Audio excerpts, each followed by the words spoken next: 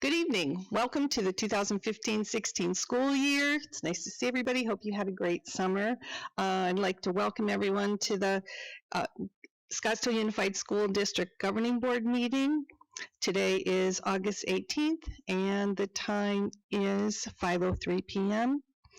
Can we please stand for the pledge?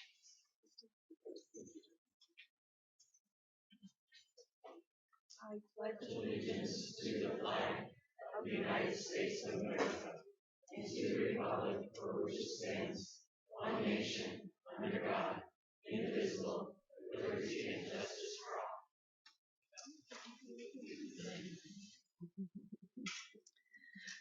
Can we please have a roll call beginning with Mrs. Kirby? Pam Kirby. Kim Hartman. Barbara Perleberg. George Jackson. And Bonnie Sneed.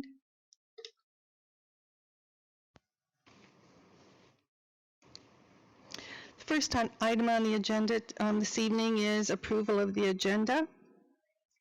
Would anyone like to make a motion to approve? So moved. Can I have a second, please? I'll second. All those in favor, please indicate by saying aye. Aye. Aye. Aye. Motion passes 5-0. We don't have the request to speak thing that we used to have over here, the iPad thing that turns them on and off and lets me know who's. No, that's a phone. Okay. The next item on the agenda is item 5, public comments. This is a portion of the SUSD Governing Board meeting when we invite the public to make comments. Although not required to do so, the Governing Board values the input of the community, so we feel it's an important part of communication with our stakeholders. As explained on the cover of your agenda, anyone wishing to address the Governing Board will fill out and submit a blue card for non-agenda items and a white card for agenda matters. The cards are available at the back of the room, and please submit the cards to Mrs. Como before the public comment portion of the agenda begins. For non-agenda matters, please take note that action taken as a result of this kind of public comment will be limited to responding to any criticism made by those who have addressed the Governing Board or direct staff to look into the matter or ask that the matter be put on a future agenda. Pursuant to ARS 38-431.01G, no other discussion or legal action is allowed. For agenda matters, please indicate on your desire to speak, list the item, number, or topic on the white card, then submit it to Mrs. Como. And public comments on agenda items will be grouped into appropriate categories. Please approach the microphone when your name is called and in the order called. If there are a number of comments, we value your time and would ask that the next person called be ready at the center aisle at the back of the room. Thank you, Tom. All public comment matters are subject to the following limitations. There's a 3-minute speaking limit unless modified due to high numbers of requests. Vice President Jackson will hold up cards indicating your time remaining. If the numbers of those wishing to comment jeopardizes the ability of the board to conclude the meeting in a reasonable hour, the president of the board may limit or eliminate public comment. In all cases, public comment is subject to reasonable subject matter, place, and manner restrictions. Please word your comments so that they are not defamatory or disrespectful in nature. I have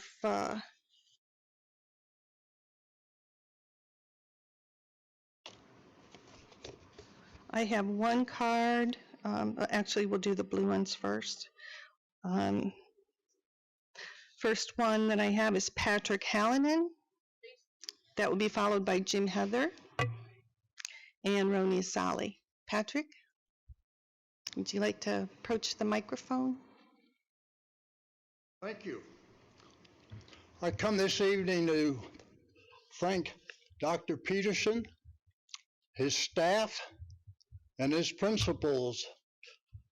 I contacted several of the schools in the southern portion of the district where I visit most often, And every time I visit and found that we have close to 28 to 30 students in our first three grades, first, second, and kindergarten, first, second, and third, it upset me. And when Dr. Peterson came to the public and asked us to pass funding for reducing class sizes, I thought that they're going to utilize that money wherever they can in order, because of the financial crunch public education is under with this legislature we have. But I contacted these 7 schools, and their class sizes were all lower than I anticipated. So I wanted to thank Dr. Peterson and his staff and the principals at that school for doing an excellent job. I also have attended just 2 board meetings over the years recently. And I find that other than we have presentations, we have quite a crowd here. But over the years, I have attended many board meetings, starting back in '65, in fact. And I find that now that you have changed the time from 7 o'clock at night to 5, and our administrators and our teachers and our employees are usually the people that come up here to speak. They got some gripe or something. But after attending the last 2 board meetings, I find that this board receives an agenda for their meetings with backup material. And to spend an hour or an hour and a half over a subject matter that should have been handled prior to the meeting, because you come to this meeting to vote if you have to vote on agenda items.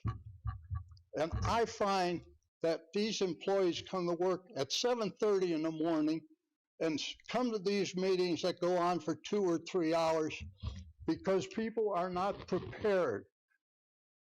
And if any one of you come to these meetings unprepared, you should resign if you do not have the time to do the research and come up with a decision before you come to these board meetings. Thank you.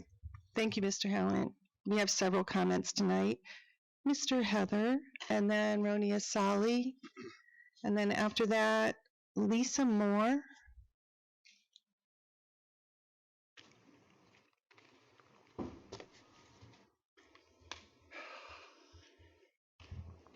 Board members, Dr. Peterson, Sandra. No complaints tonight, believe it or not. Tonight, I want to stand here and I want to thank Dr. Peterson, Terry, for those beautiful, beautiful relocatables. I want to call them portables. Dr. Sacco says they're relocatables. But I think for the teachers, for that principal over at Tonalia, and those students, thank you. They needed that, and they're going to be off to a great start. They look great. And also, I want to thank the members of you that I saw at the Shop at a Cop, back to school program. Those kids had a great time. It was a great event. If you didn't come, you missed out on a great thing. So tonight, thank you guys.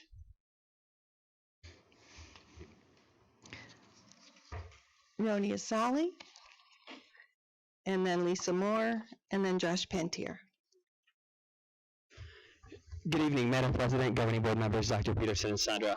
I'm here to speak to you about liquidated damages. So what are those? This is language that was added into our teacher contract, which said that if a teacher resigns, they may owe SUSD $2,000, and they also forfeit any 301 money that they will earn for that year if they resign.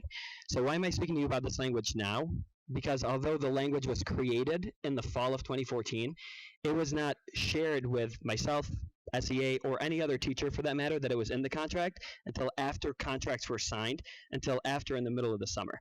So if the goal was to have teachers decide before signing contracts if they're going to stay or potentially resign, then why not share it with people before the deadline to sign contracts? Doesn't seem very proactive, does not seem very thoughtful. Instead, I received communication from teachers who resigned in July and received a letter that they were getting charged $2,000 for resigning, and they would take their 301 money from last year that they earned to cover that debt.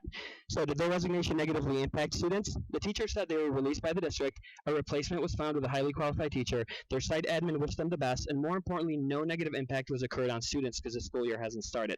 Them leaving required HR to find somebody new to replace them, so going above and beyond in terms of their job. And I'm not belittling anything HR does, but I go above and beyond in my job all the time. When I get a new student in September, I don't send a contract to the parents or to the district that says, I've done more work, therefore you have to give me liquidated damages. So I asked the teachers, why are you getting charged? And apparently it's based on a discretion. It's completely arbitrary. Sometimes we hear, well, it's the month of June or the month of July, but there's no language written, there's no policy, there's no procedure, there's no discussion. And by saying that we don't have a big candidate pool in July is implying that teachers hired in July aren't good candidates. And that's not necessarily the case, so there's not necessarily logic there. The language says may get charged, but it seems like SUSD is implying it as will get charged. So why do we assume people are guilty until they're proven innocent? Never had I thought that a company I worked for 9 years would put language into a contract that takes money away from me or potentially takes money away without a peep, without a single word. And me personally, I'm extremely hurt by that fact that I would just trust without having to read more fine print. By the way, how effective do you think those teachers are who stay for $2,000? When they're working out of fear or out of anger towards a district? These actions in the process, I think, are disrespectful, they're unacceptable, and they're very hurtful to believe that it's okay to do this to our employees. It does not feel like we're all in on this one. It doesn't feel like we're treating each other like SUSD family. I don't believe it's okay to leave students hanging high and dry. Absolutely not. You can't just leave in the middle of the school year. But that reserves a conversation with joint parties to make that decision mutually so it's in a respectful manner. What happened, the way the process that it went down, only perpetuates being devalued and not trusting. We have a state that's trying to destroy public education, so why internally do we have to create problems for us to solve? It's not too late, by the way. All I'm asking to do is I'm asking the board to waive the damages for all the teachers who provided ample notice to allow the district to find a replacement, and that even though those teachers were all replaced, the district is arbitrarily deciding that some of them pay a fee that was snuck into the contract without discussion or without impact on the district. That's the right thing to do. Please do the right thing. If you have any questions, let me know. Thank you. Lisa Moore and Josh Pantier. Then after that, Sarah Teller.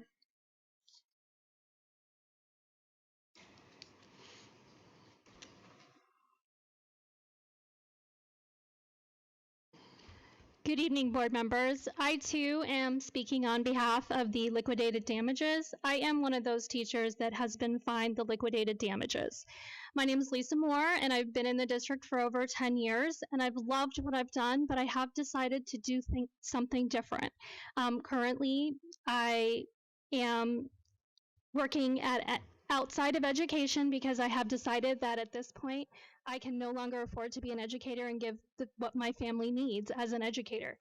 I received my letter, and basically the letter stated that I was unprofessionally declining my contract and that I would be fined $2,000. It was not listed in my contract, so I had no knowledge of this before receiving my certified letter. $2,000 may not seem like a lot of money, but for teachers, it's a lot of money. We do a lot of things without pay. As everyone knows, in Arizona, teachers are not paid well. In this district, we are one of the lower paying districts in the region. And it's not just about the money, it's also about the emotional toll that it takes. Other people that I've spoken to are shocked, both in the business world, my family, as well as teachers that I still keep in contract with. They were appalled to hear that I'd never heard of that before. So again, it creates a distrust. It really does impact emotionally how the educators of Scottsdale Unified feel about the board, feel about how the district takes care of things. And again, that morale needs to be heightened rather than lowered. Finally, too, in regards to the contracts, According to the contract that I signed, my contracted date starts on August 6th. I resigned on in July. So therefore, I had not started my contracted year for 2015-2016. A replacement had been found, and my students that are no longer my students are well taken care of. I have not had any kind of hardship on my students, on my school, and therefore I do not find that the $2,000 fine is applicable. I just wanted to follow up with, I truly believe that as an educator, we make an impact on students, we make an impact on our society, and we want to feel that we are valued. And by doing this, causing someone to have a $2,000 fine, it's devaluing us. Thank you. Let's see, Josh Pentier.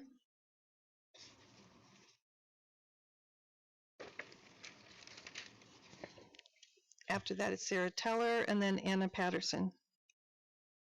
Good evening, Madam President, Governing Board, Dr. Peterson, Sandra. I think most of you know me. I've been around a little while, but my name is Josh Pantier, and tonight I'm speaking on behalf of the Scottsdale Education Association. Normally it would be our president, but she is meeting with parents tonight for open house at Desert Canyon Middle School. That's right, I said she. Roni's no longer our president, but it's Julie Sanowski from Desert Canyon. She's awesome.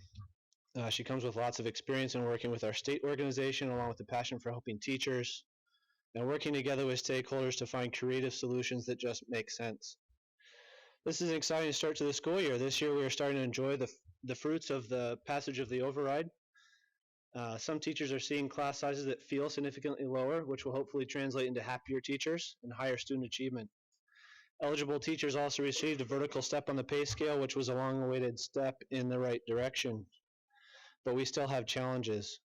Although eligible teachers also received horizontal movement for education, we had to fight tooth and nail down to the last minute to get it.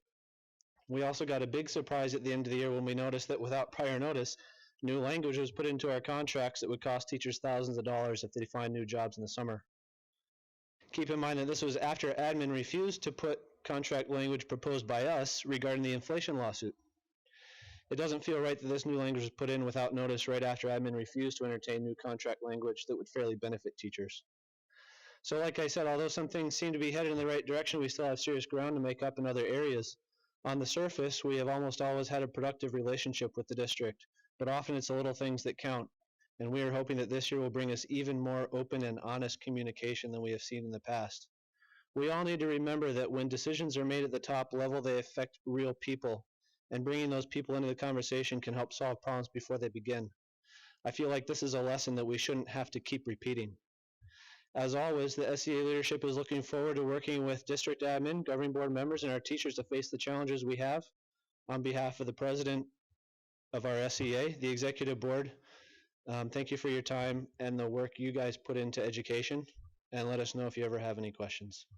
Thanks, Josh. Sarah Teller, then Anna Patterson, and Steve Lee.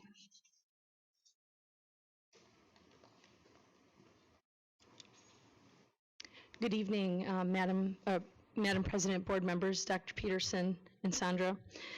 I stand before you here today as a proud member of the Scottsdale school community, not because I'm a parent, not because I'm an alumni of one of the high schools, and not because I'm even a resident of Scottsdale.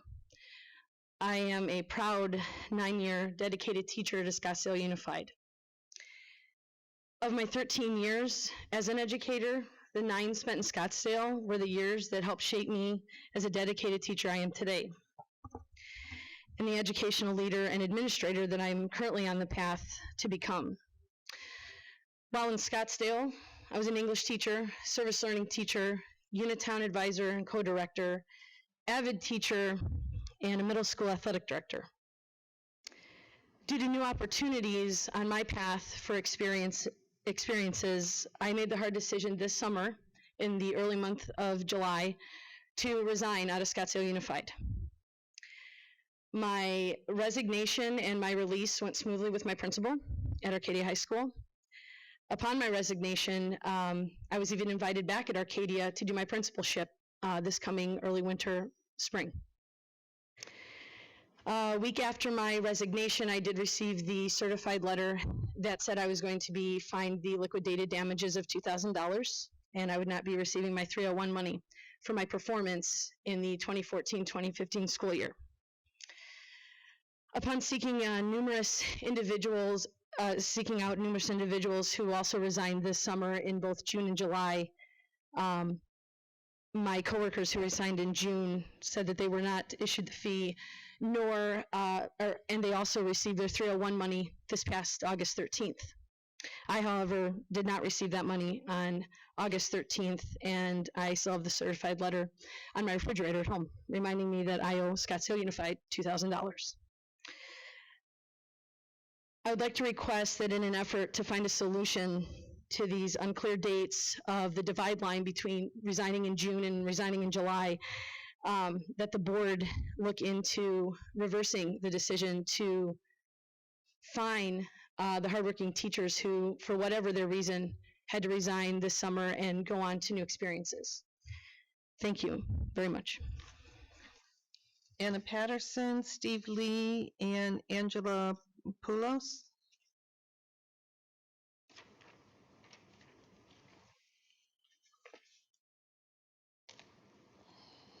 Good evening, Madam President, Governing Board, Dr. Peterson, Ms. Como. My name is Anna Patterson, and I'm a teacher at Arcadia High School. I just started my 16th year at Arcadia. Very excited to begin a new school year. I'm also going to speak about the liquidated damages, the language that was put in our contracts. I told my husband about this. He has to hear my work stories. And after I told him, he asked me the question, don't you read your contract before you sign it? And I looked at him and I said, that's a really good point. That's a really good question. But then I thought about it, no, that's what somebody does who does not trust their employer. They have to read the fine print and have to worry about what's new in their contract. Any trust that teachers had in the people who issue our contracts to do it fairly and to notify us of any major changes that are going to happen to us may now be gone.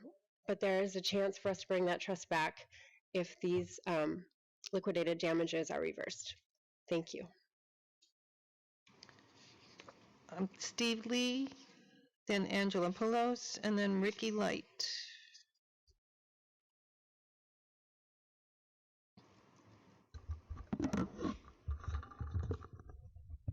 There we go. Is that working?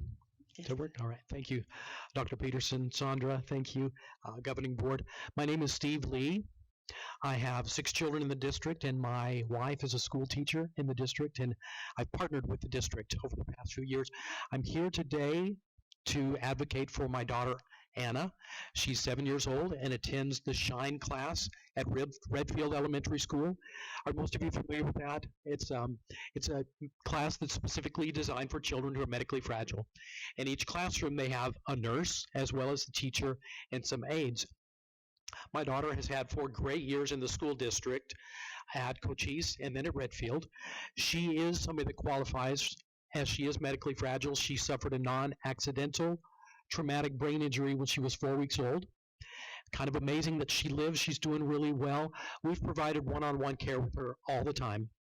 Based on what the doctors have told us and what we've seen, she's had, it's hard to describe. I could go into all kinds of detail, but she requires full care at all times. And the past 4 years at Cochise and Redfield, she's had a one-on-one nurse, and that's where we're asking to continue. She is in the classroom where they do have a nurse that is on call in a small classroom, 4 or 5 students. But should the nurse be taking care of one child's feeding tube, and my daughter reflux, whether she coughs or vomits or whatever, she doesn't have the skills to just swallow or spit, if that makes sense. We take for granted all that goes on right here in the throat, all the muscles that work together.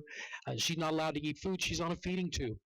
When she does cough, we suction so that she doesn't aspirate on that and get aspiration pneumonia, which, and I'm not a doctor, but I think pneumonia is the #1 taker of our children who are medically fragile. We have to work hard to prevent pneumonia. Obviously her pulmonologist is concerned about that, but her gastroenterologist sent us to do a barium swallow study. Have you ever seen those? They've got a big monitor on the wall, a computer, monitor, and then they scan. It's a live image, like a live x-ray, so you can see the bones and the soft tissue, and then you see the barium, which is about the consistency of pudding. Most of it went to the stomach, but some of it went into the lungs. She's failed that test twice, and that's why we feel, and her doctors feel, that she needs that one-on-one nurse at all times, whether it's in this classroom or any other. And I'm asking the board to recommend that the IEP team look at making an exception to this rule, that we're not having any one-on-one nurses in the district anymore when there are nurses within some ambiguous proximity. If that is not an option because the school doesn't want to set a precedent, which makes sense, I understand a lot of variables involved, my request would be that she receive homebound services where we can have a one-on-one nurse with her. The nurse that we have right now is contracted through Dependable Nursing, with whom we have a contract. We would love to keep her. We are big supporters of public school for all my kids. So that's my request, either that she can maintain a one-on-one nurse or have homebound services. Thank you. Angela Poulos, Ricky Light, and then Edmund Richard.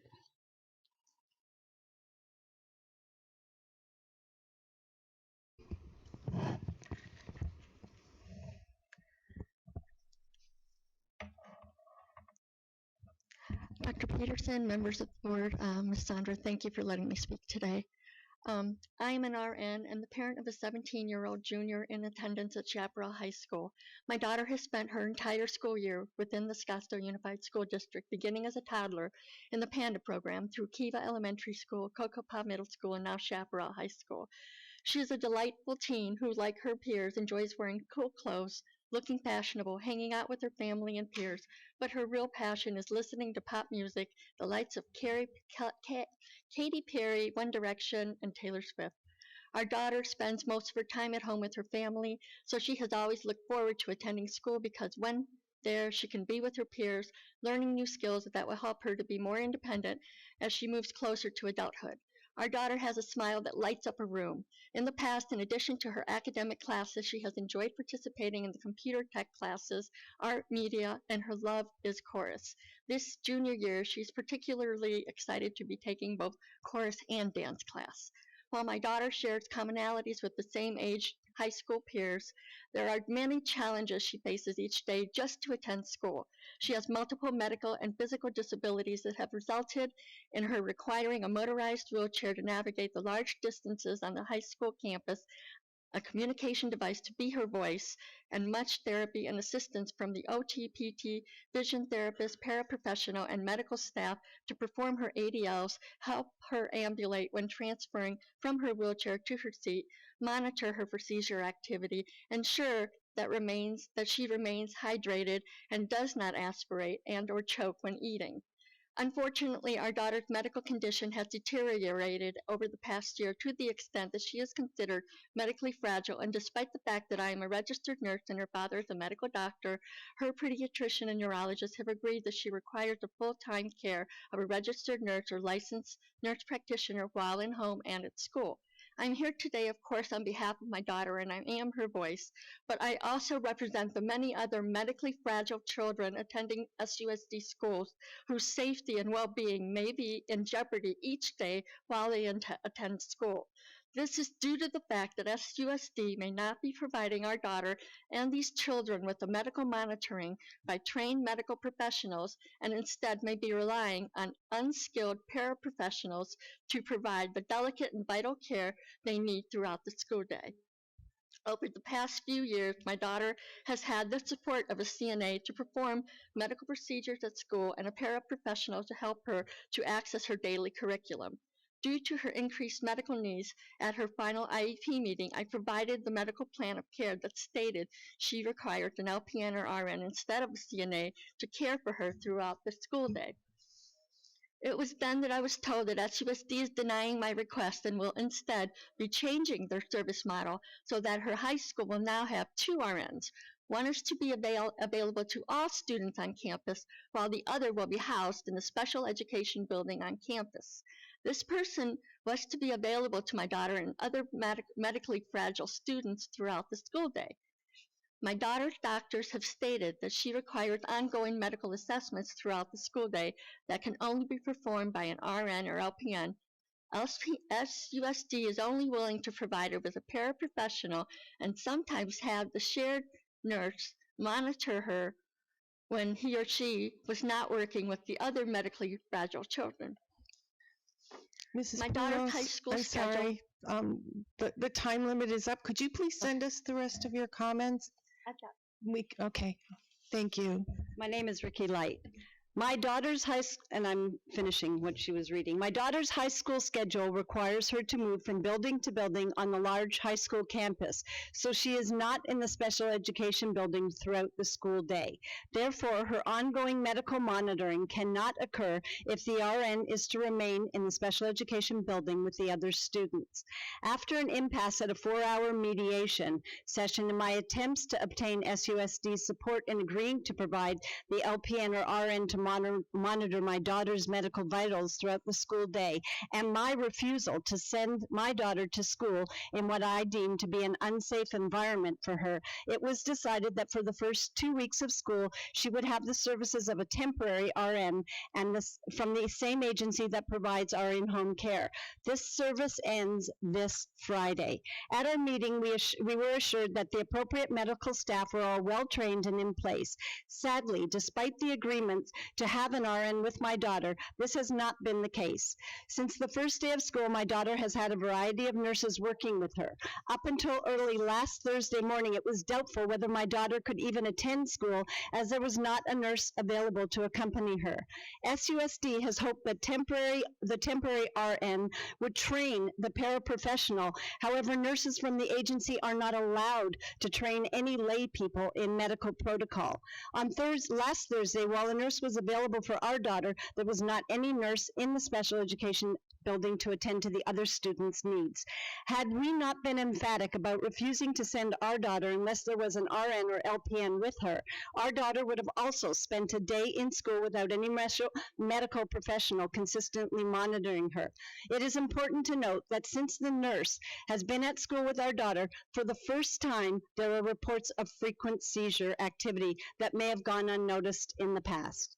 Angela was standing before you, of course, on behalf of her daughter, but also as a voice for the many other medically fragile students in SUSD who also require ongoing medical assistance just to make it through their day. Watching the confusion that occurred these past few weeks since SUSD has adopted their new model of medical service delivery, including lack of available medical staff to provide minimal services, expecting untrained lay people to perform delicate medical monitoring and procedures, and hoping that contract nurses would train lay staff in medical protocols that can only be performed by RNs or LPNs is not best practices, and it puts SUSD's children at grave risk. Angela is imploring you to immediately investigate what is occurring with these medically fragile students who, like their same age peers, want to attend a safe school environment so that they can improve their skills and lead more independent lives.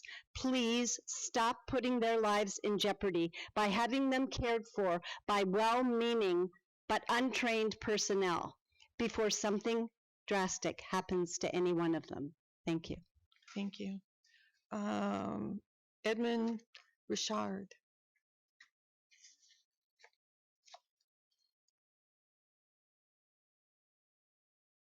Board members, Dr. Peterson, Mrs. Como. I'm coming here tonight because I hate to use a comparison, but as the teachers came and pled before you about a little change in their contract, I noticed that it seems that every board meeting you have to read, that is the public, has to read every single word of what's put up there. I'm saying that because your information discussion item 44, I believe, on page 44, is regarding the Tonalea IDA.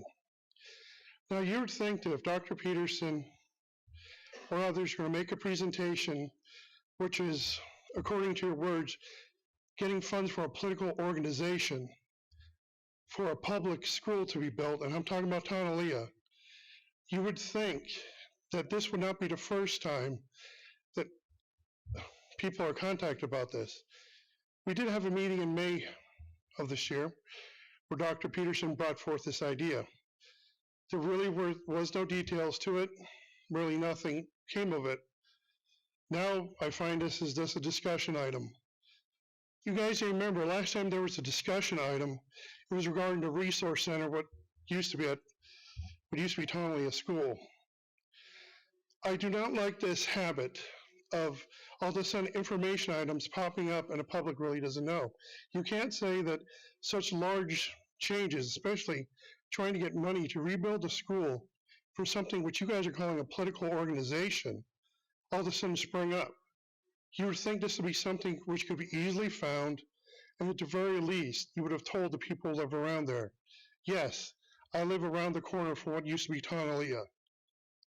Yes, I would like to see the school rebuilt. But you know what? I have a ton of questions. This district, unless someone's going to present a magical report showing that it has had a stupendous increase in enrollment, has a ton of schools, especially in South Scottsdale, which are at the same utilization percentage and almost the same condition that Tonalea was in when you, the board members, voted to close it. Now I hear Dr. Peterson is asking for money from a political organization to rebuild it. How do you think the other parents would feel about this? Think about this. You guys can't have all these meetings and have board books or whatnot and not actually give the public a clue till the very last minute. This smells bad. Thank you.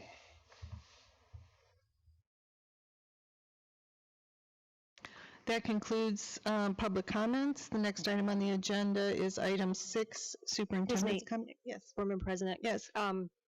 By law, we have the right to respond to criticism. Yes, we do. May I? Yes. I just wanted to respond to Ms. Moore and Ms. Teller, specifically Ms. Moore's comment about this is the liquidated damages discussion affects how teachers feels about the board. It's that specific comment. The board never had a discussion on this. So I took that as criticism, and so I wanted to set that record straight. And then secondly, Ms. Teller's comment that the board look into reversing the decision. Since we never had a discussion, the board did not make that decision, and I believe by law, it's not required that we have any input into that decision, one way or the other. So I just wanted to respond to both of those comments. Thank you. Thank you. Is that the only one? Okay. The next item then is item 6, Superintendent's Comments. Thank you, Madam President, members of the board. Welcome everyone tonight to our first board meeting of the 2015-2016 school year. It's hard to believe that we are back. School is going well. We are in our second week of school, and a lot of great things are happening out on our campuses. As part of my comments tonight, we have some celebrations. Dr. Mitch Van Echten will recognize one of our Kokopah 7th grade students who was selected as a Fuel Up to Play 60 ambassador. Thank you very much, Dr. Peterson. And in fact, could I have Kokopah student Grant Morris and Kokopah principal Lance Huffman join me at the podium, please?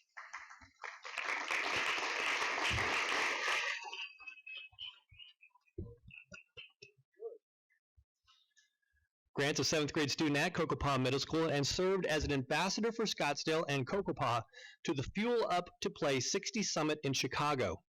This summer. Inspired and led by youth, Fuel Up to Play empowers students to eat healthy, be active, and make positive changes in their schools and communities.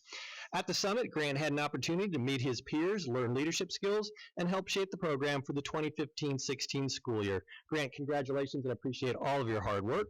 We have this for you. Very much again. And I think we're going to do photos outside. And Grant, you need to smile right over there because they all are taking your picture.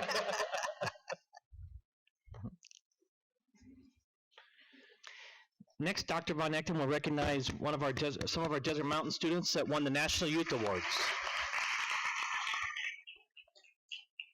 I believe we have several students with us tonight. If I could have Aubrey Cole and Jeremy Yampolsky, I hope I got that name right, join me at the podium. And also, if I could have Assistant Principal Chris Alexander join me tonight, that'd be great. Nice work. Congratulations to all Desert Mountain High School nominees and winners of the National Youth Arts Awards. Aubrey Coles, Sr., won Supporting Actress in a Musical for her role as Vi Moore in Footloose, and Jeremy Yampolsky, Desert Mountain High School Senior, won the Artist of the Year Award. For the award, students have to be nominated for Outstanding Actor in at least 3 different productions. Desert Mountain High School also received an additional award by 2015 graduate and earned 6 nominations, including Best Ensemble and Orchestra for Footloose. And I want to be careful about this. We do need to recognize some Chaparral graduates from last year who also won some things. They couldn't be with us tonight. Chaparral also earned 3 awards by 2015 graduates. Additionally, Chaparral earned 12 nominations, including Outstanding Production and Direction for The Good Doctor and Best Ensembles for Cinderella, Crimes, and Crimes of the Heart. So some outstanding work. Congratulations. And for you.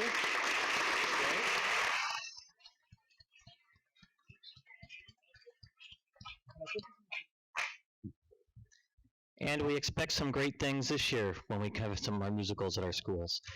We have a very, very unique celebration next, and that is several of our students that received perfect scores on the ACT and the SAT exams. It's incredible to believe that the ACT had over 33,000 exams given in Arizona this past year. 17 students received a perfect score out of those 33,000. And 4 of those students are Scottsdale school students. 25% of all perfect scores in the state of Arizona were Scottsdale school students.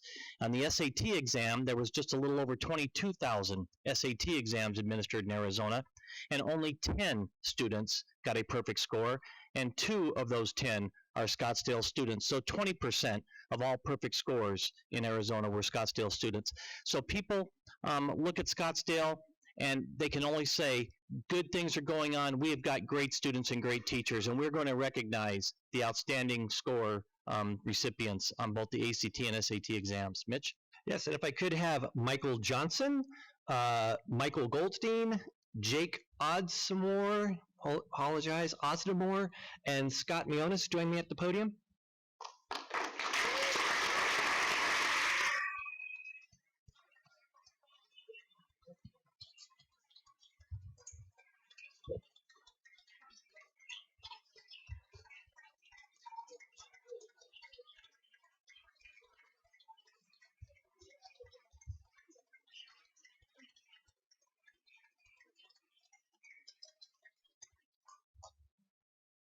I'm intimidated by the brain power. We have Desert Mountain High School senior Michael Johnson earned perfect scores on both the SAT and the AC tests this summer. Michael is an international baccalaureate student at Desert Mountain. He earned a 36 on the ACT and a 2400 on the SAT in June. Even more impressive was that Michael earned perfect scores for the first time he took the tests. Yes.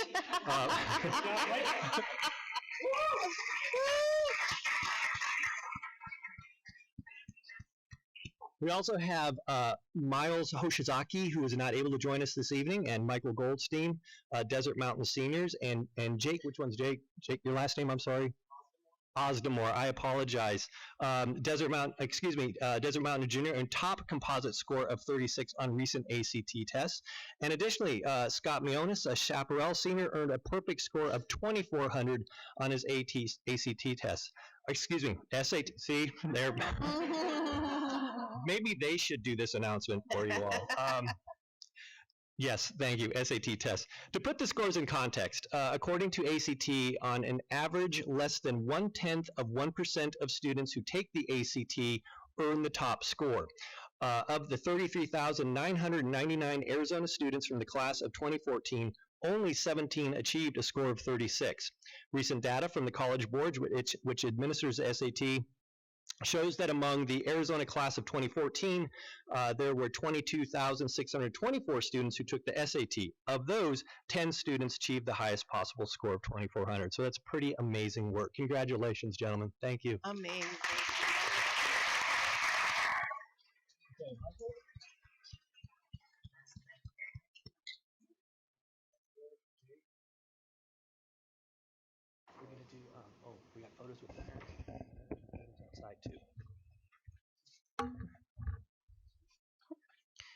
Great work, guys. We want to get your photos out of the lobby there, so thank you all very much, and congratulations. You made us proud. Next, Dr. Von Echten will recognize one of our SUPI teachers who was chosen to attend the 2015 Green Boot Camp this summer. Yes, thank you. If I could have SUPI Middle School teacher Bill Gardner and SUPI Principal Shelley Hellman join me, that would be wonderful.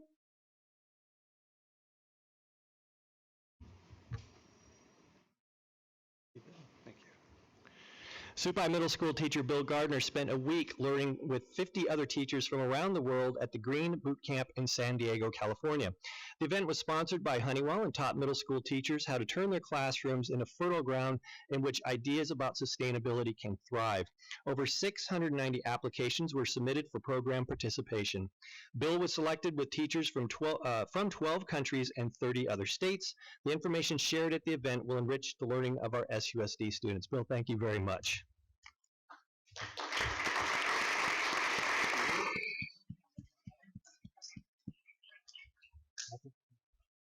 Good job, Bill. Way to be green. Dr. Benson will recognize two of our educators that participated in the 2015 Discovery Education Network Summer Institute. If I could have Renee Jefferson join me at the podium. She's on her way. Good evening, Madam President and our governing board members, Dr. Peterson, Sandra, and all. Tonight, I have the opportunity to recognize Jennifer Zolikoff, teacher at Anasazi, who's unable to join us this evening, and Renee Jefferson, to my left, assistant principal at Yavapai. These two educators joined over 100 colleagues from across the United States and Canada for the 2015 Discovery Educator Network Summer Institute held in July at the American University in Washington, D.C. The Discovery Educator Network connects members across school systems and around the world through social media, virtual conferences, and in-person events, fostering valuable networking, idea sharing, and inspiration. Through their participation in the Summer Institute, these educators will bring new strategies and techniques to integrate digital resources into curriculum instruction in the classrooms they impact across SUSD. Please join me in recognizing these individuals for their continued commitment to learn.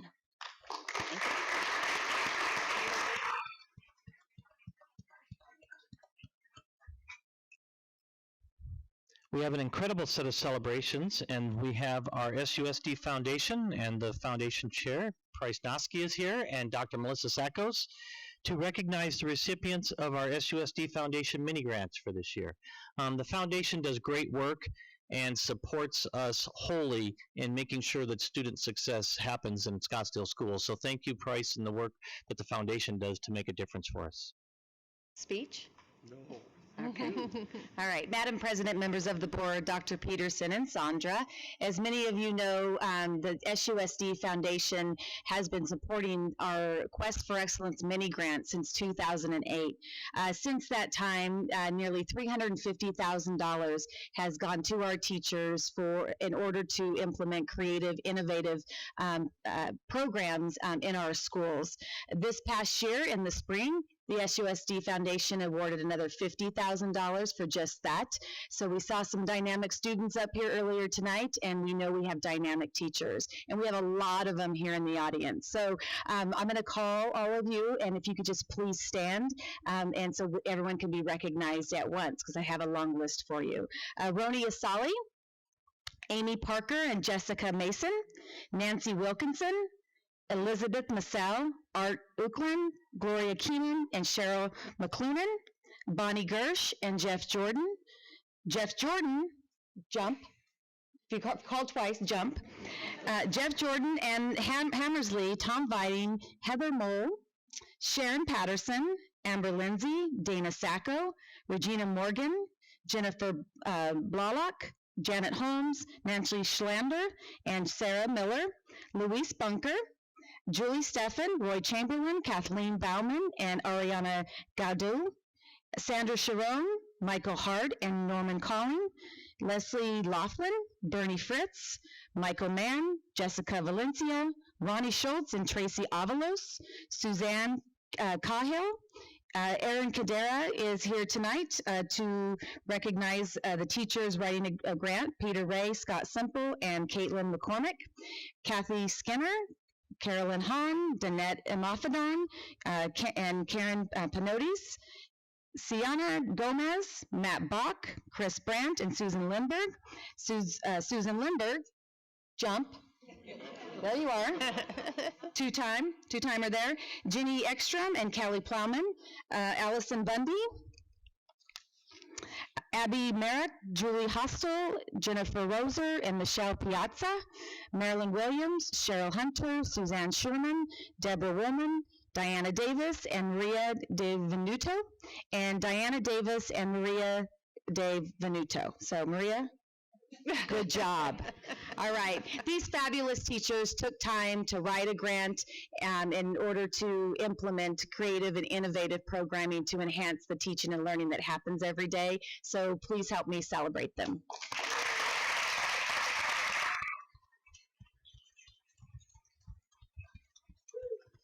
And now for the photo.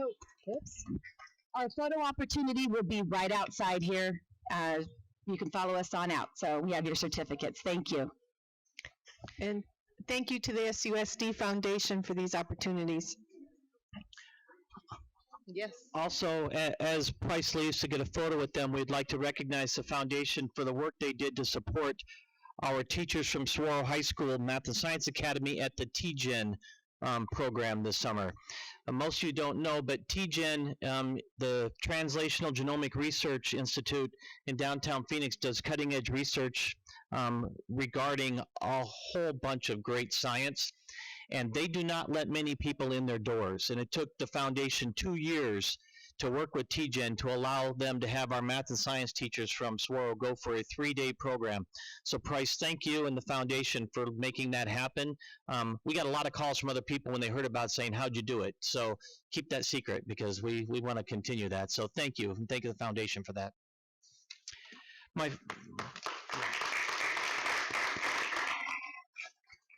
Some final comments this evening is we had 18 students that were awarded National Merit Scholarships.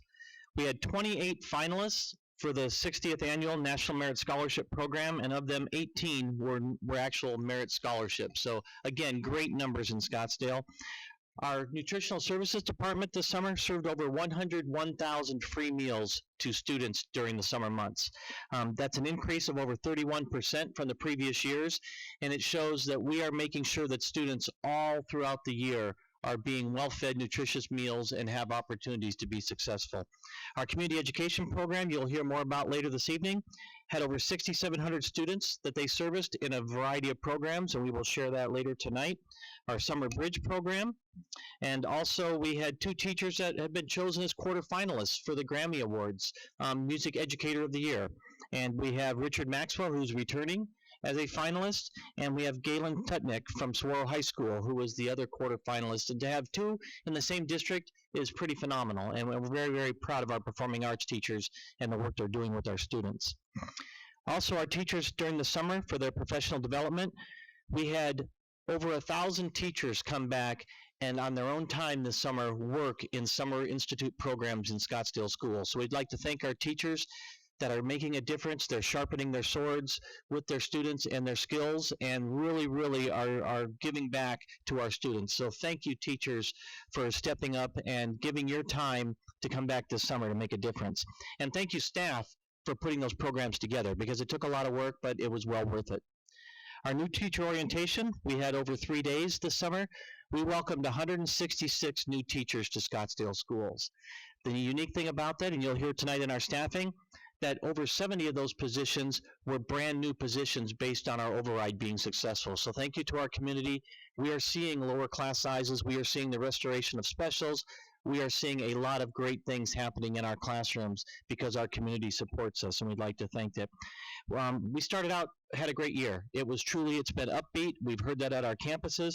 We have 4 new principals, 11 new assistant principals, 2 new administrators, and all of our new teachers. And all of them are celebrating their back to school nights. As you heard, Julie Sanowski, the SCA president, is celebrating hers this evening. So we have a lot of great things happening over the next several weeks. Finally, I'd like to celebrate Coronado High School and the kickoff of their early college high school program. The program will allow students to earn credits for college, and it will begin with 120 ninth grade students this year and grow over the next several years. Also, Navajo Elementary STEAM Design Academy. This is the first year that we have a STEAM Academy going in full gear at Navajo Elementary School. We have our 4th and 5th grade students each student will receive a Chromebook. They will learn important public speaking skills, professional interaction, and will continue to take part in traditional special classes such as art, music, and physical education. You heard about our foundation and the great work they're doing. I'd just like to remind everyone that the Best of the Best Gala will be Saturday, September 12th this year. It will be at the Scottsdale Resort, and we will be honoring the House of Representatives, Dr. Eric Meyer, who was a previous governing board member, and U.S. Congressman David Schweikert. And they will be honored as the next inductees into the Scottsdale Foundation's Hall of Excellence. And then finally, on Saturday, September 26th, from 10 to 2 p.m. at Cocopa Middle School, we will have our SUSD Showcase. The showcase is a celebration of all learning that takes place at Scottsdale schools. All of our schools will be on hand to connect with the community and share the wonderful programs that their students offer. It'll be robotics, academics, arts, athletics, and everything else that goes on in our schools. So we welcome you to come out on Saturday, September 26th for the SUSD Showcase. Thank you. Thank you, Dr. Peterson. The next item on the agenda is item 7, the consent agenda. Any board members want to make a motion to approve? Mrs. Hartman. Make a motion to approve the consent agenda. Can I have a second? I'll second it. All those in favor, please indicate by saying aye. Aye. Aye. Motion passes 5-0.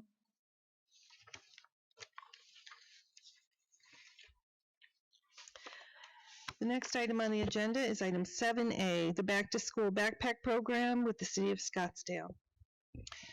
Madam President, members of the board, Bill Murphy from the City of Scottsdale had another commitment. He will be showing up in a little bit, so we would ask that we can move on to the next item, and when he gets here, have that item presented along with Bill Murphy from the City of Scottsdale. Am I getting nods? Okay. Item 7B, proposed 2016-17 school year district calendar. Thank you, Madam President, members of the board. Dr. Sitton will be presenting a proposed calendar, and believe it or not, school just started and we've already had parents call us to find out what the calendar is going to be for 2016-17 and beyond. So this is very timely. So, Madam President, members of the board, Dr. Peterson and Sandra, thank you. I'm sharing with you the proposed calendar for 2016 and 17. It does follow the past calendars, and it is year 10 of the 10-year template. Hard to believe. There's a fall break in there for a full week, a spring break for a full week, and there's a 2 full-week winter break. There are 7 early release professional development days, which is consistent with the past years. We begin on August 8th and end prior to Memorial Day on May 25th. All of those items have been consistent in that template that we've had. We do have some next steps. One next step is that we need that calendar approved, so we would bring it back as an action item. But then we also need to think beyond 16-17, and with the 10-year template at the 10 years, what do we want to do next? So we have had some conversations with SLT and LAT around what might that look like. We talked about doing a survey this fall to parents and staff, and designing it, working on it. Then the leadership teams would review the survey results and draft a calendar, and then we would come back to the governing board with those results and the calendar to have board discussion. Any questions?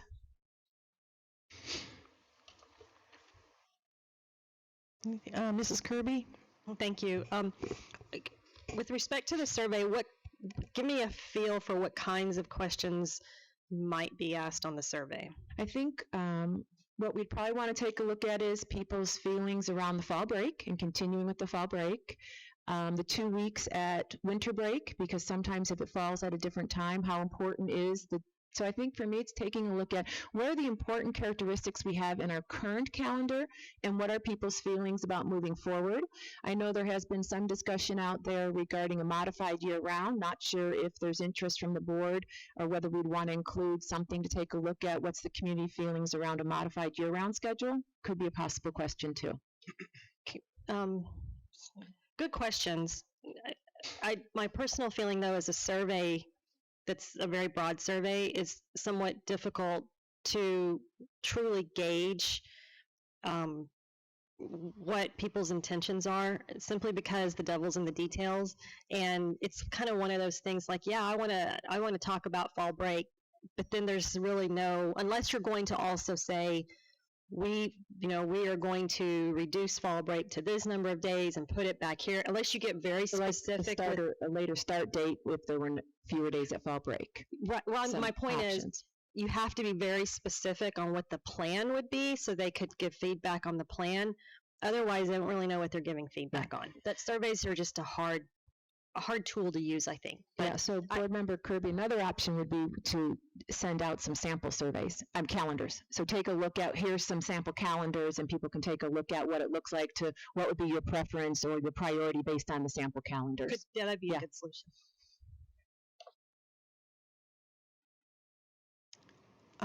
Mrs. Perleberg.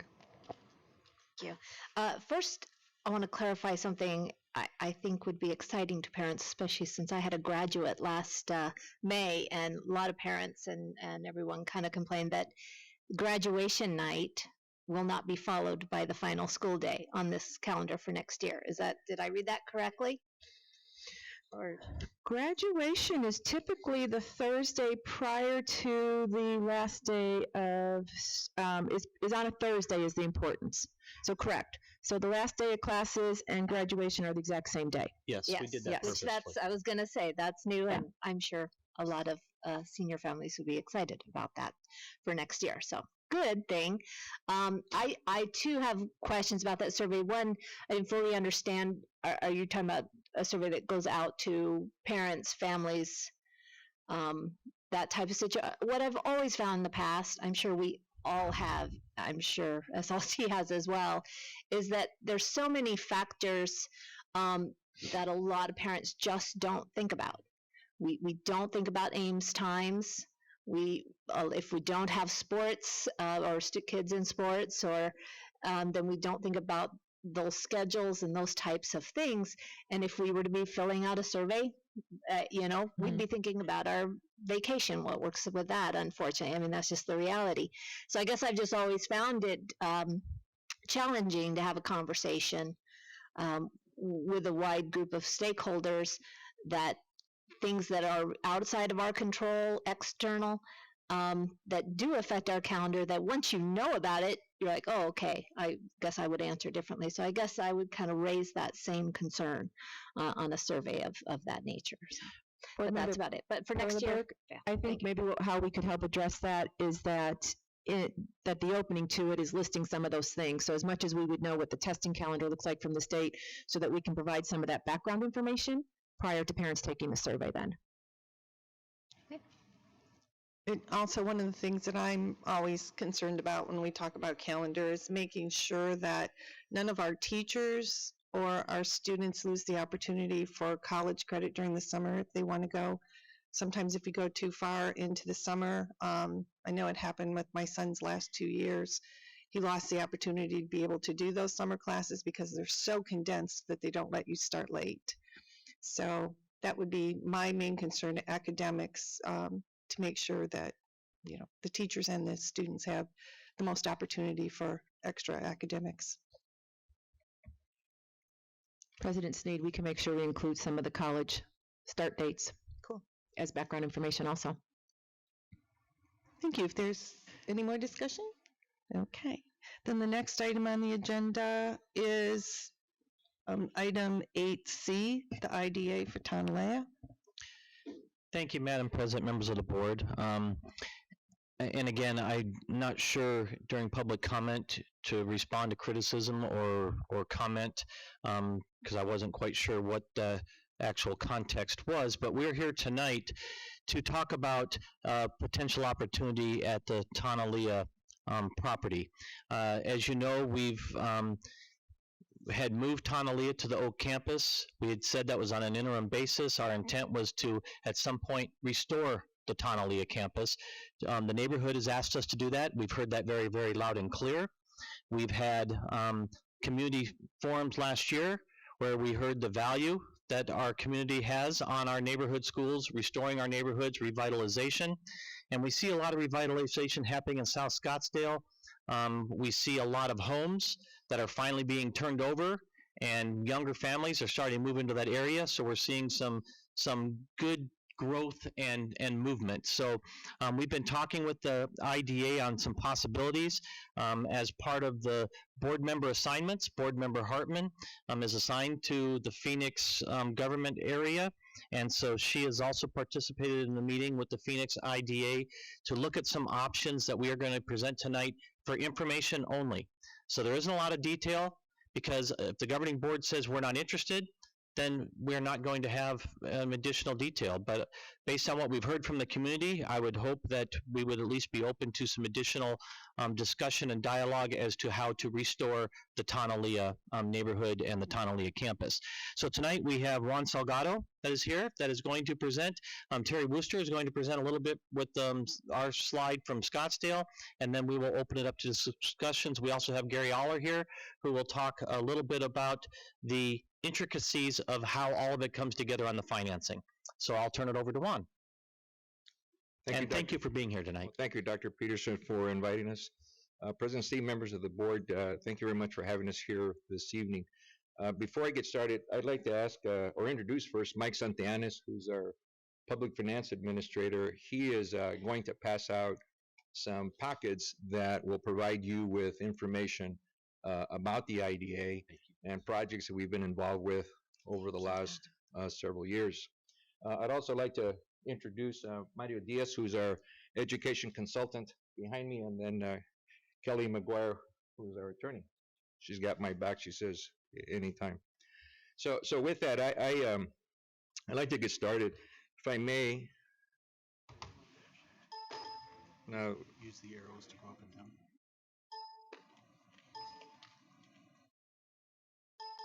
I guess my time's up. Okay. Thank you. All right. I'm really going to try and keep our discussion informal, because I'm sure you'll have questions. And again, Dr. Peterson and Board Member Hartman, it's good to see you again. And again, as I mentioned, thank you for the invitation. I'd like to give a basic introduction on the IDA. In Arizona, there are probably about 45 industrial development authorities. And IDAs were created by state statute in the early 80s. And so local towns and cities and municipalities can create their own IDA. So our affiliation is with the city of Phoenix. As indicated in the presentation, IDAs are political subdivisions of the state, independent from governmental entities that form them. Now, our affiliation with the city of Phoenix is really just kind of a couple things. One is that they appoint our board of directors. In the packet that I provided you are the 9 board members which currently govern the IDA, and then our city council is also involved in approving any of the proceedings, that any of the bond issues that we get involved with. Now, IDAs are set up so that we can provide tax-exempt financing for projects, which is, I think we're going to talk about that a little later today. So by using an IDA, it provides a alternative to a bank loan. Bank loans are as they are, and if an IDA issues it, there's a tax exemption that goes with that. In some cases, a bank can provide an IDA loan, and so they take the benefit of the tax exemption, therefore traditionally lowering the rates of a transaction. Our particular IDA was created in 1981. As I mentioned, we are a conduit issuer of private activity bonds. What that means is that we don't have money to lend. So when we're involved in a transaction, we work very closely with investment bankers to put together transactions, and then eventually the projects are either financed by commercial banks or institutional investors interested in the various projects that we've been involved with. Primarily, IDAs are set up to provide opportunity for job creation. And the important thing that I talked to a lot of our policymakers is that we are self-sufficient. We do not receive any money, taxpayer money, from the city. So what how we operate is purely on the revenue that we generate. why Phoenix IDA and the Tonalea project. Over the last 9 years, we've issued over $1.7 billion of financing around the country. And over the last few years, we've been very involved in education financing. And so about 2 years ago, we were the first issuer to be involved in providing financing to a district school. And we were involved with the Higley project that provided alternative to build 2 new campuses. And as we've moved forward, we've been trying to figure out an alternative way to work with district schools in providing alternatives to your GO bond. And so tonight we're here to talk about some potential opportunities, or at least some choices that you may have to the current way you're financing your facilities. So the Tonalea project, one that caught our interest, we had an opportunity to meet Dr. Peterson and Ms. Hartman shortly after, I guess, news got out that the IDA had free money. And so Dr. Peterson came in, he says, hey, I want to know about this free money. And so obviously I think after conversation, it was found out that we don't have money, but we talked about the way we finance projects and our interest in trying to create those opportunities for district schools. And so one conversation led to another. And then as we discussed, the Tonalea project was one that perhaps was looking for some alternatives of financing. And so we've carried those conversations.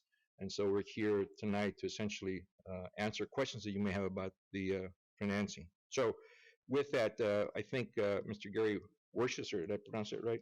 He's going to talk to you about the Tonalea project, and then Gary Eller will follow up to talk a little bit about the district financing, and then I'll be here to answer any questions you may have about our organization or the financing. Thank you. Thank you. Good evening, Madam President, board members, Dr. Peterson and Sandra.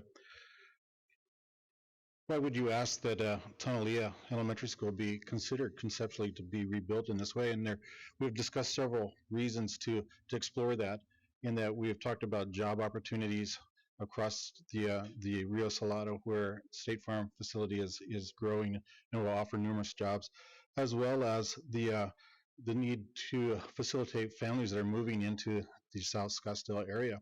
To give you a statistical concept of the growth that is beginning to occur there, talking with Ms. Pizzo, Lori Pizzo, today, she has mentioned to me that preschool at Tonalea is on a wait list. 5th grade is closed, 4th grade is closed, and 2nd grade is call for availability, which implies that the neighborhood, the area, is growing quite dramatically and beginning to rebound, and that the growth, as it may continue, will expand beyond the physical abilities to facilitate at Tonalea, at Miller, and Oak now. And so then when we look at what is the benefit of accelerating and or exploring the conceptual notion of establishing a Tonalea back at 68th Street campus, there's several reasons to consider that conceptually. That would be that we restore an elementary school back in a vital part of the community, that we have said that we would do that.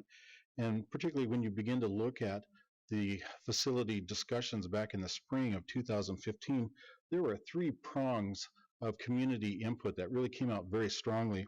One being, we would like as a neighborhood to have community schools. 2 would be, we would like to right size our schools. And 3 is that we'd like to construct schools of energy efficiency. And so we have an opportunity to jumpstart our facility master plan by looking at this facility as well. And 2 is that it advances, or 3rd, it advances learning environments as site planning continues and pedagogy of study and how planning goes into the pedagogy of learning environments. That's an important opportunity.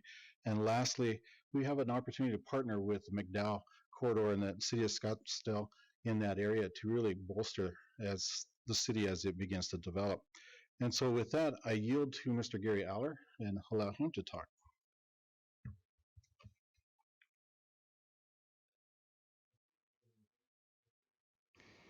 So when I put my slide up, you can't run out of the room. So Governing Board, Dr. Peterson, Sandra, thank you for the opportunity to come and present to you tonight. I'm the guy that gets to go through the org chart of how this thing kind of works. We've been working with the IDA for well over a year on trying to come up with some mechanisms and alternative financings that can help our districts. And there's not a lot of other people helping our districts right now when it comes to this, as you well know. And we really feel strongly that we got to find some alternative ways to do this.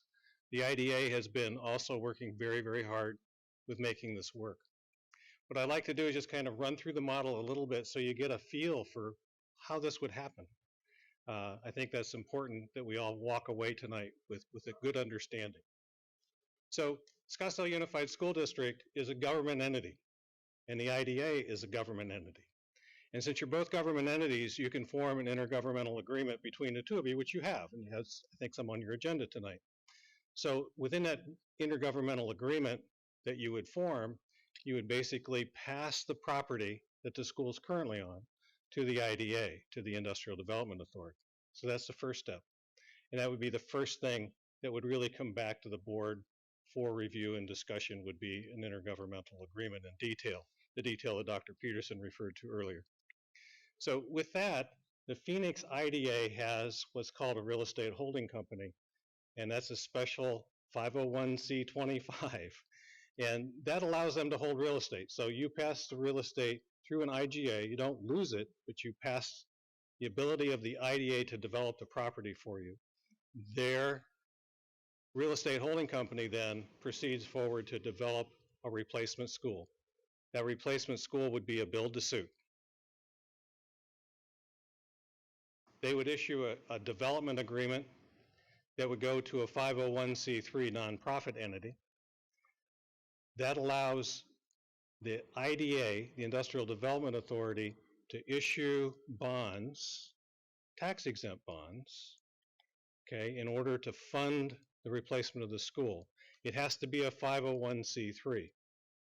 So if you look at how charters operate, they come in with a 501c3 to an IDA and they get funding for those charters by this very mechanism. They have a 501c3, the IDA issues bonds. These bonds really aren't all that much different than your government bonds that you issue, except they're privately placed. So it would either be with a bank or an investment institution. Okay?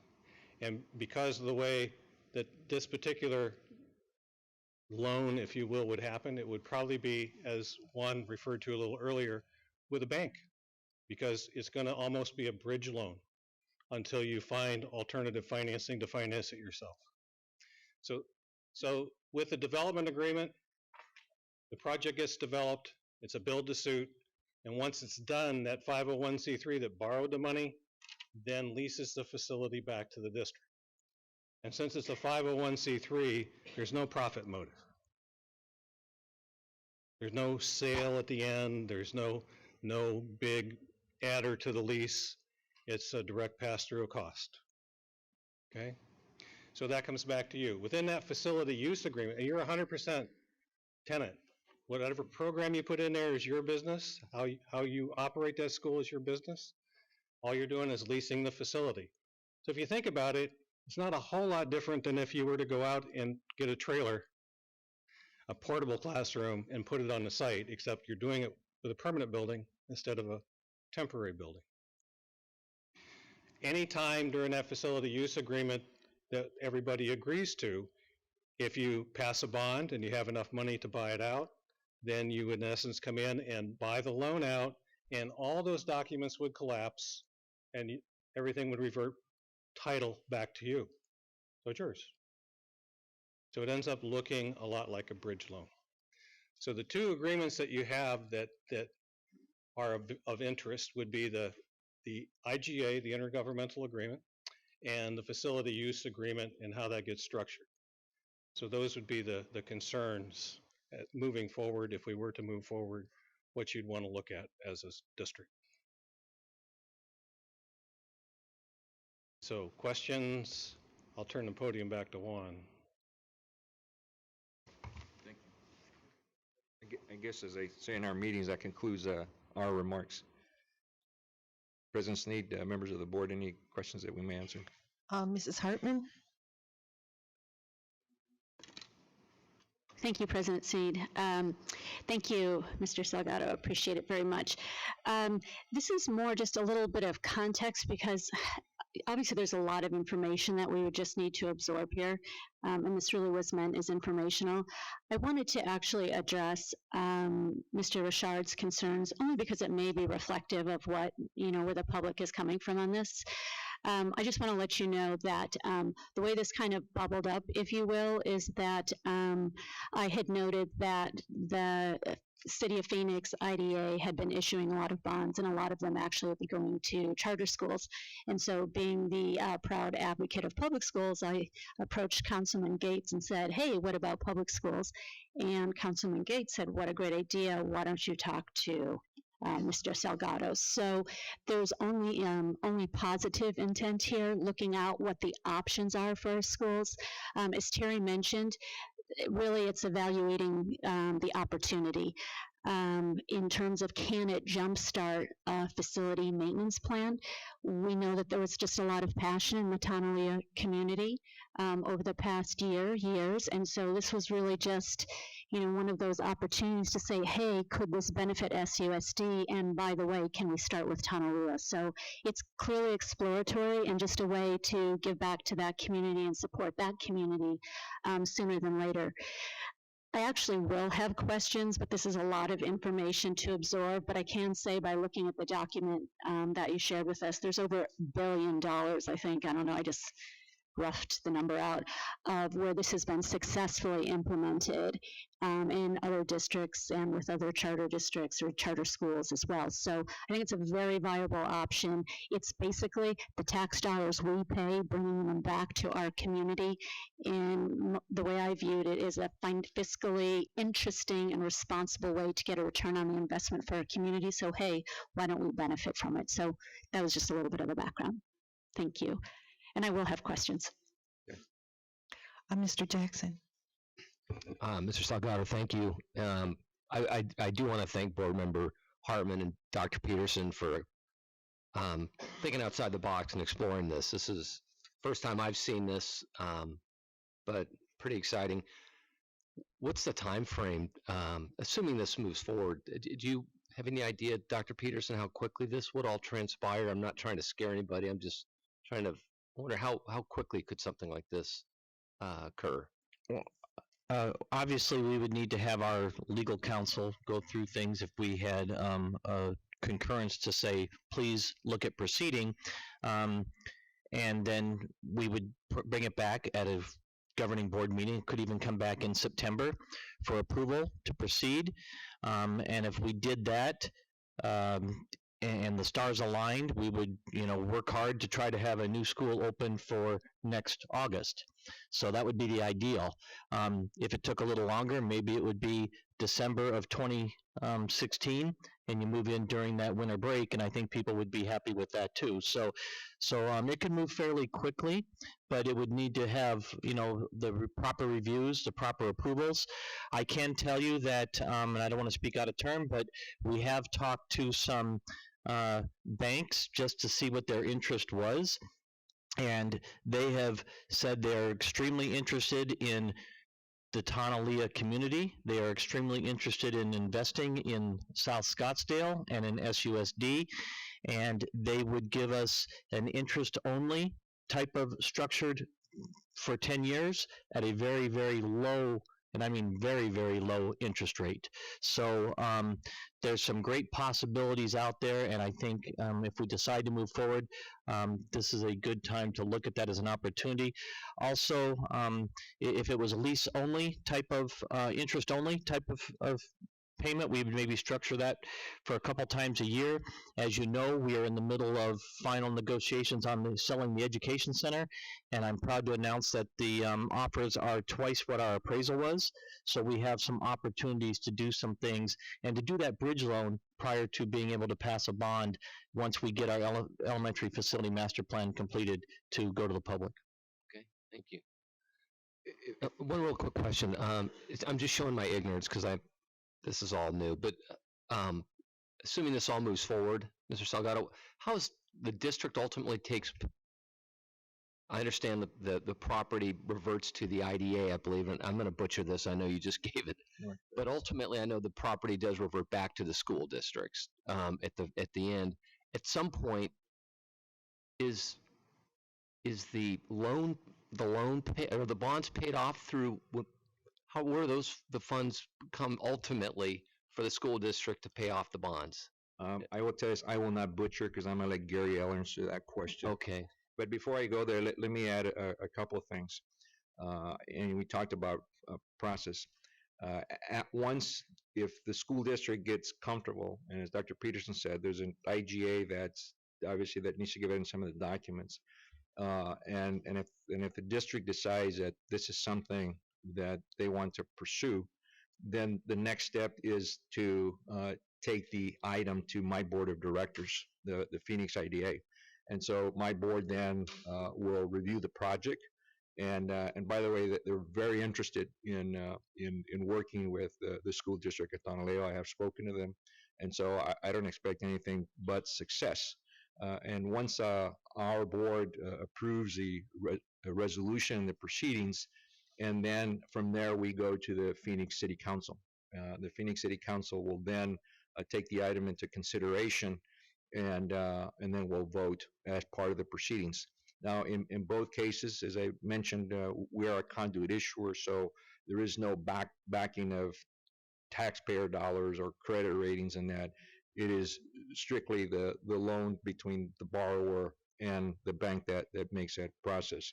I will tell you, I think Board Member Hartman mentioned that we've been successful in over a billion transactions. Our city council has not denied any requests that we've made since I've been there, since I think it was January of '09, and we've been, as I mentioned, involved in a lot of financing. And the primary interest for our council really is because of the job creation that's involved in these transactions, and we're involved in good projects. But there is great appetite by our mayor and council, as well as our board members, to extend our services to work closer with school districts in providing alternatives to financing that you currently have. So this is a direction encouragement that I have from my board. As Director or Board Member Hardman mentioned, we have financed a lot of charter schools around the country, and so we're not a charter school lender, so we're looking at alternatives to do that. As I mentioned earlier, we're involved in the Higley transaction, and we've been trying to figure out a way to do more of that, and so working with Mr. Eller and their folks. So long way to introduce Gary, then he can answer that question. What I'd like to do is start out by saying that in my experience of doing this, the private underwriters, whether it be bank or investment houses, will go through this with a fine-tooth comb like never before. So how that gets paid for will get looked at very, very carefully. As Dr. Peterson made reference to, you're about to sell a piece of property. The money that you make on that property could be part of basically a collateral to the lease payment. It's possible.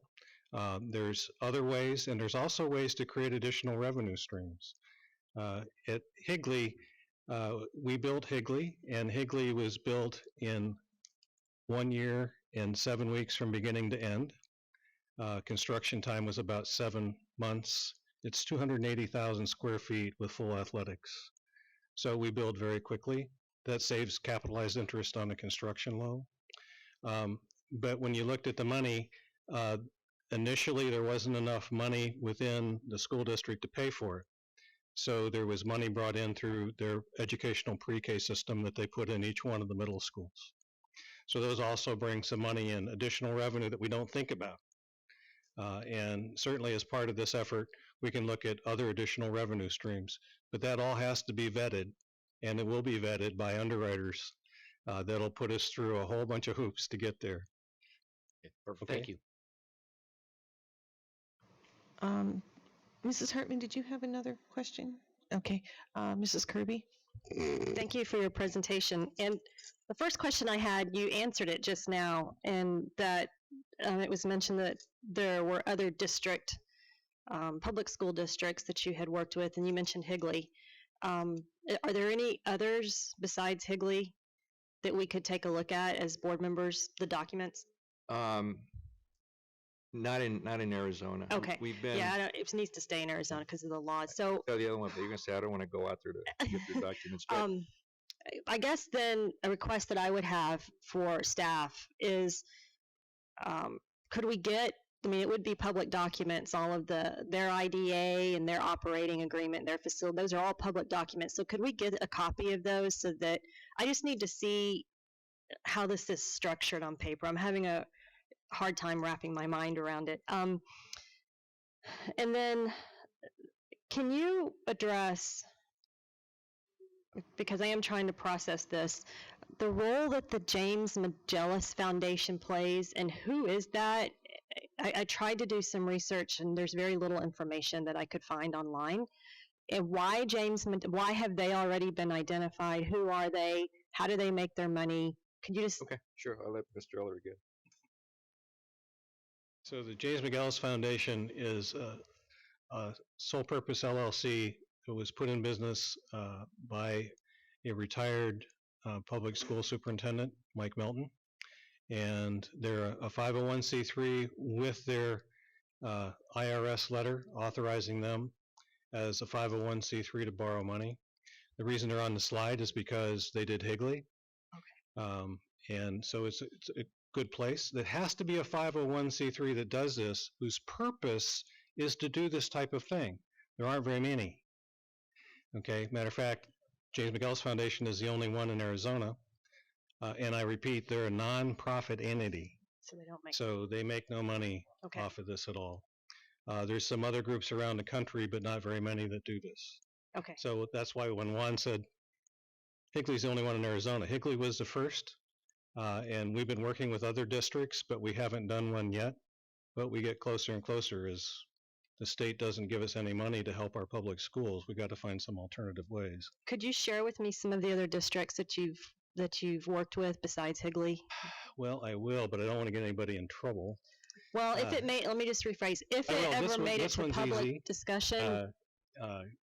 And a really big loss for Arizona, but Dr. Scribner and I were working together over the past year to try to bring something forward for the Phoenix Union District. Okay. These would be more like a magnet academy programs that we would fund separately for Phoenix Union. Okay. So that's one. We've looked at Phoenix L. We've looked at a whole bunch of others. Okay, in the that process. helps. Okay. I'm just one of those people, I have to educate myself. Please. So I'm looking for resources of how to go do that. So Dr. Peterson mentioned that there are banks that are interested and that the interest rates would be very low. So my question would be, how does the interest rate on a deal like this compare with a government issued bond? So what was your last issue? Just under 4%. So we're in, depending on what happens with interest rates, if we were to put something up right now, we'd probably be looking at 2.5. Okay. But I'm not a financial advisor. Gotcha. Okay. But those are some numbers that we've been given. Okay, and then Terry, couple questions on comments you made. One of the questions, believe it or not, walking in here tonight that I had was, would this operate as an SUSD school? That's how kind of vague I felt the slide was. So. Yes. Okay. Yes. And you said it would jumpstart our facility master plan. Is there a facility master plan that we can look at? No. Based upon the conversation previously in the governing board retreat, is that is a plan that's coming, and so my indication that it would jumpstart, it would give us an opportunity to begin to heighten those discussions and or to be able to take notions and concepts and or intent, if you will, of how this project may be programmed. Okay. Architecturally, and move that forward. Okay, so thank you for that, because this is an internal piece that I'm struggling with. Is it's hard for me to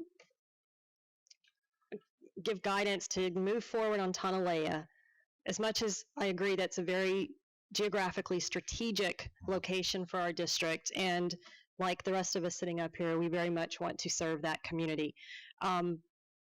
But it's hard for me to wrap my mind around moving forward on just one school right now without it being in context of what are we doing with the rest of our facilities.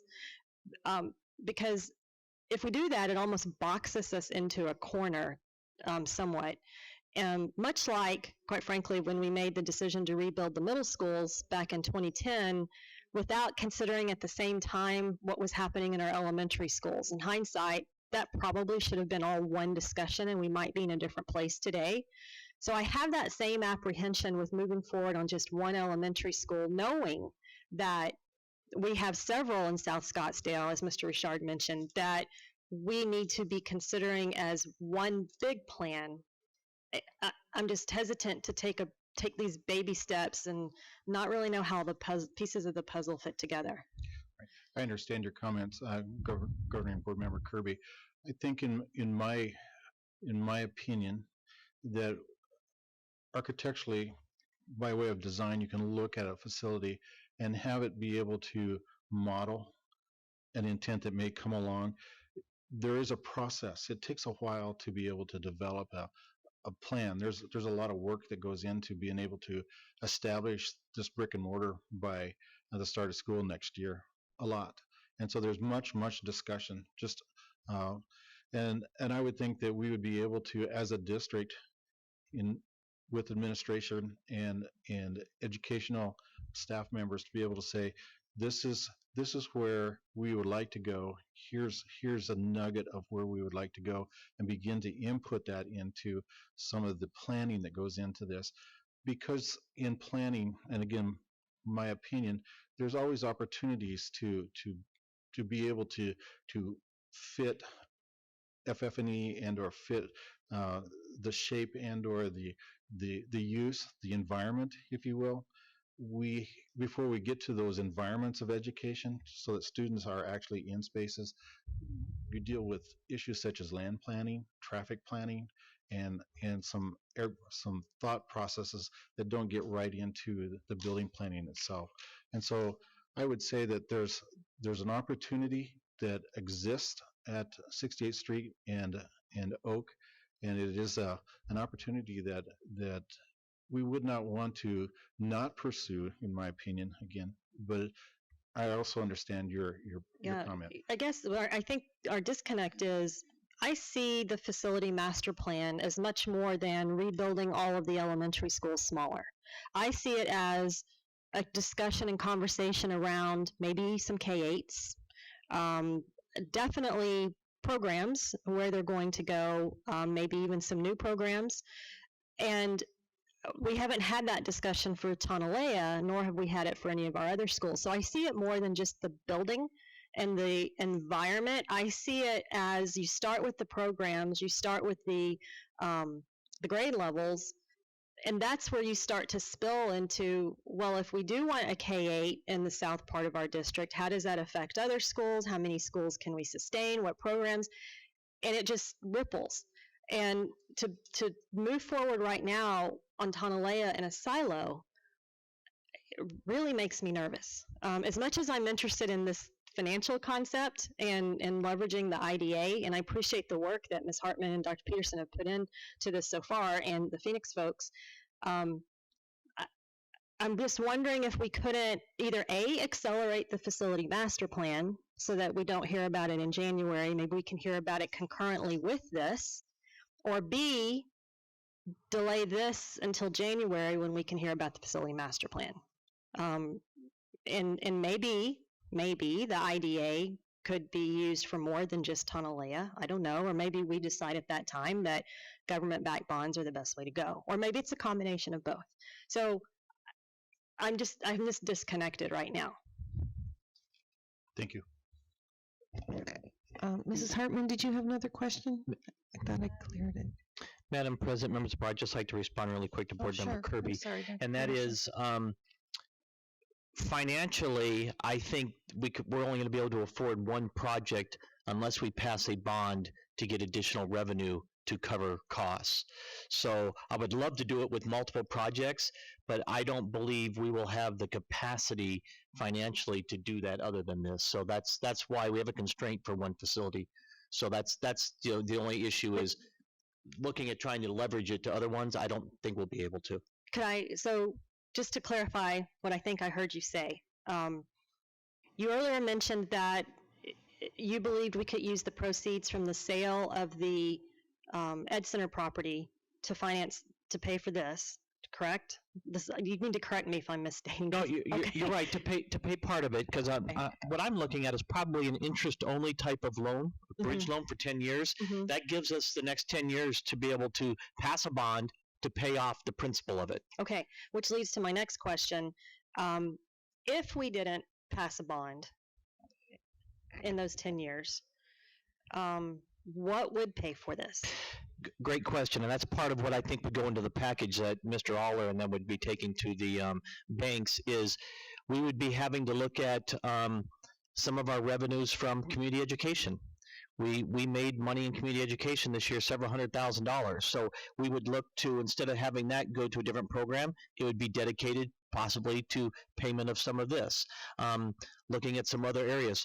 Obviously, the sale of the Ed Center would only pay for part of it, and I would only recommend maybe half those proceeds would be dedicated to this, because we have some other needs in the district also that we need to try to take care of. So that's part of us looking at the next steps to say, here's the financial package over the next 10 years to make it viable.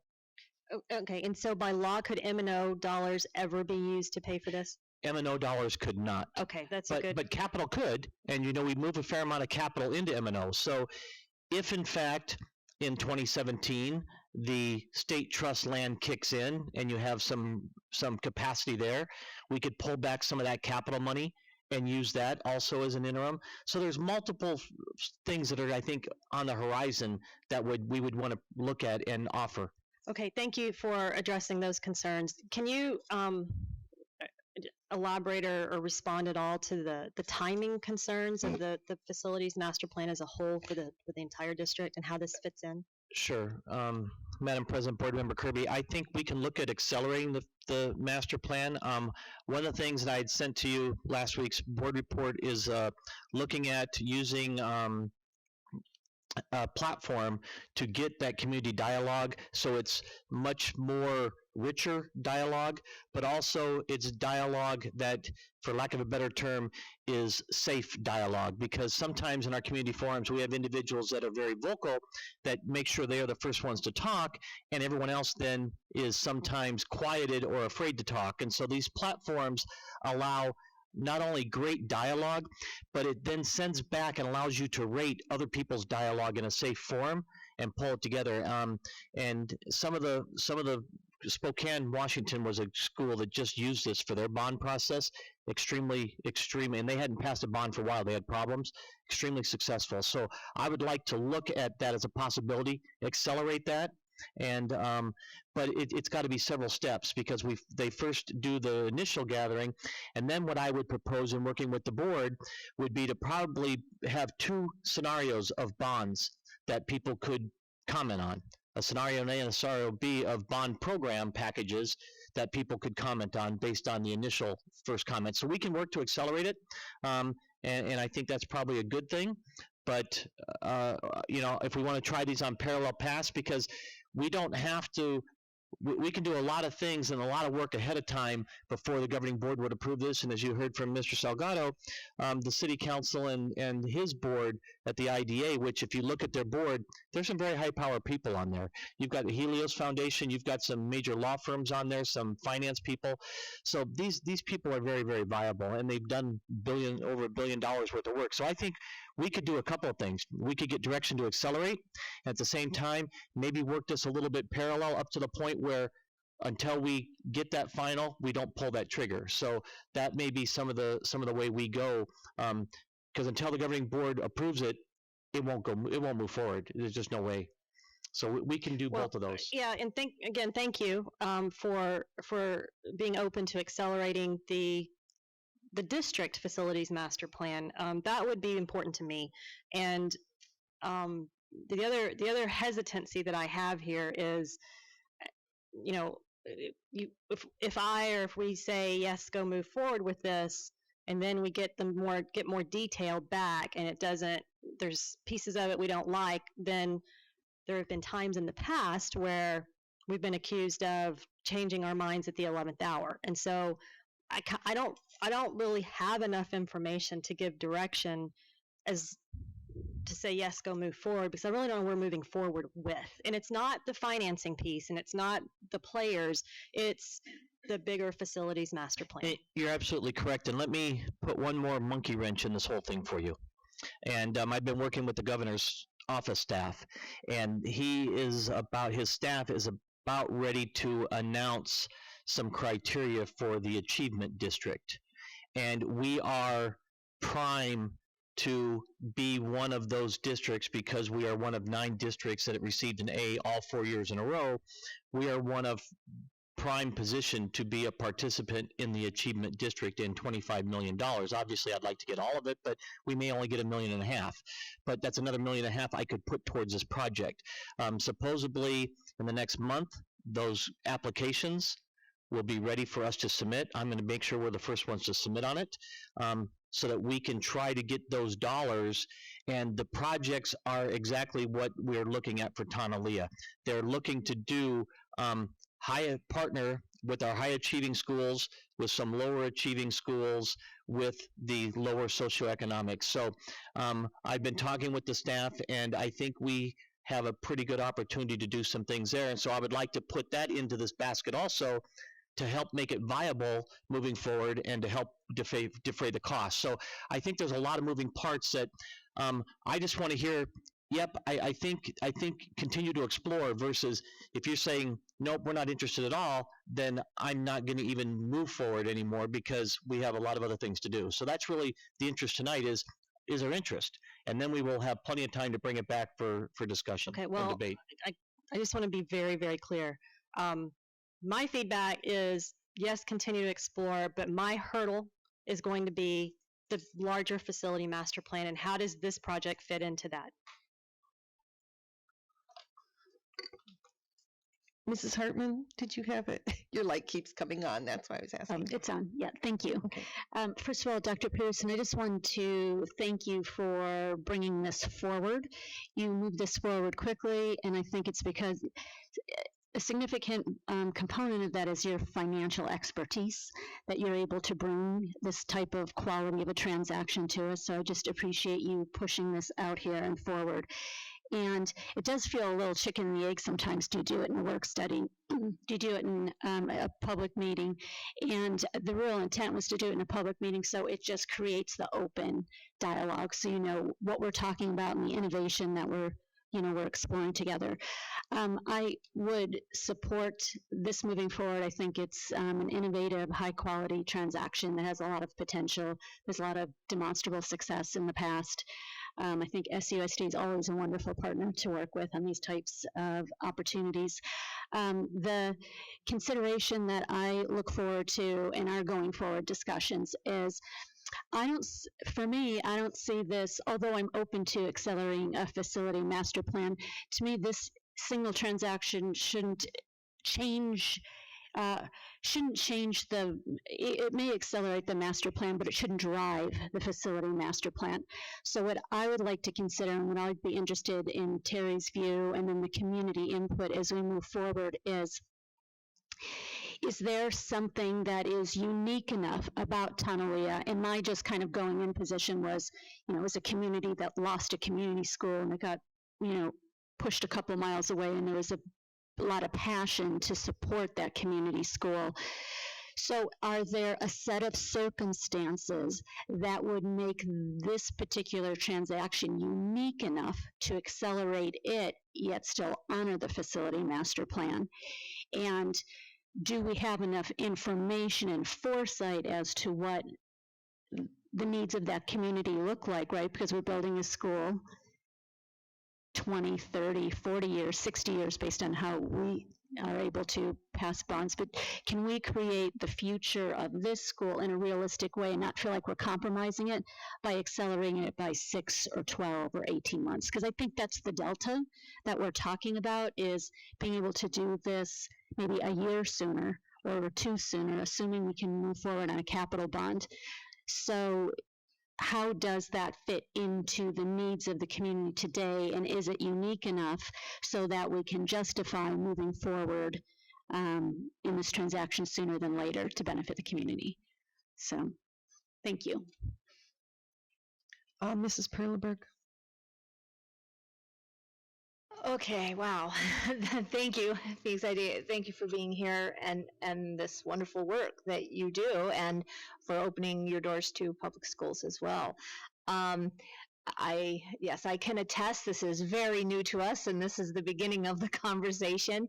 So I'm just going to apologize up front for the questions just maybe sounding oversimplified. But I guess I am at this point just, it's so new, trying to understand in my non-financial mind. I understand the 501c3 component, and we do this because it's the right thing to do for our young students.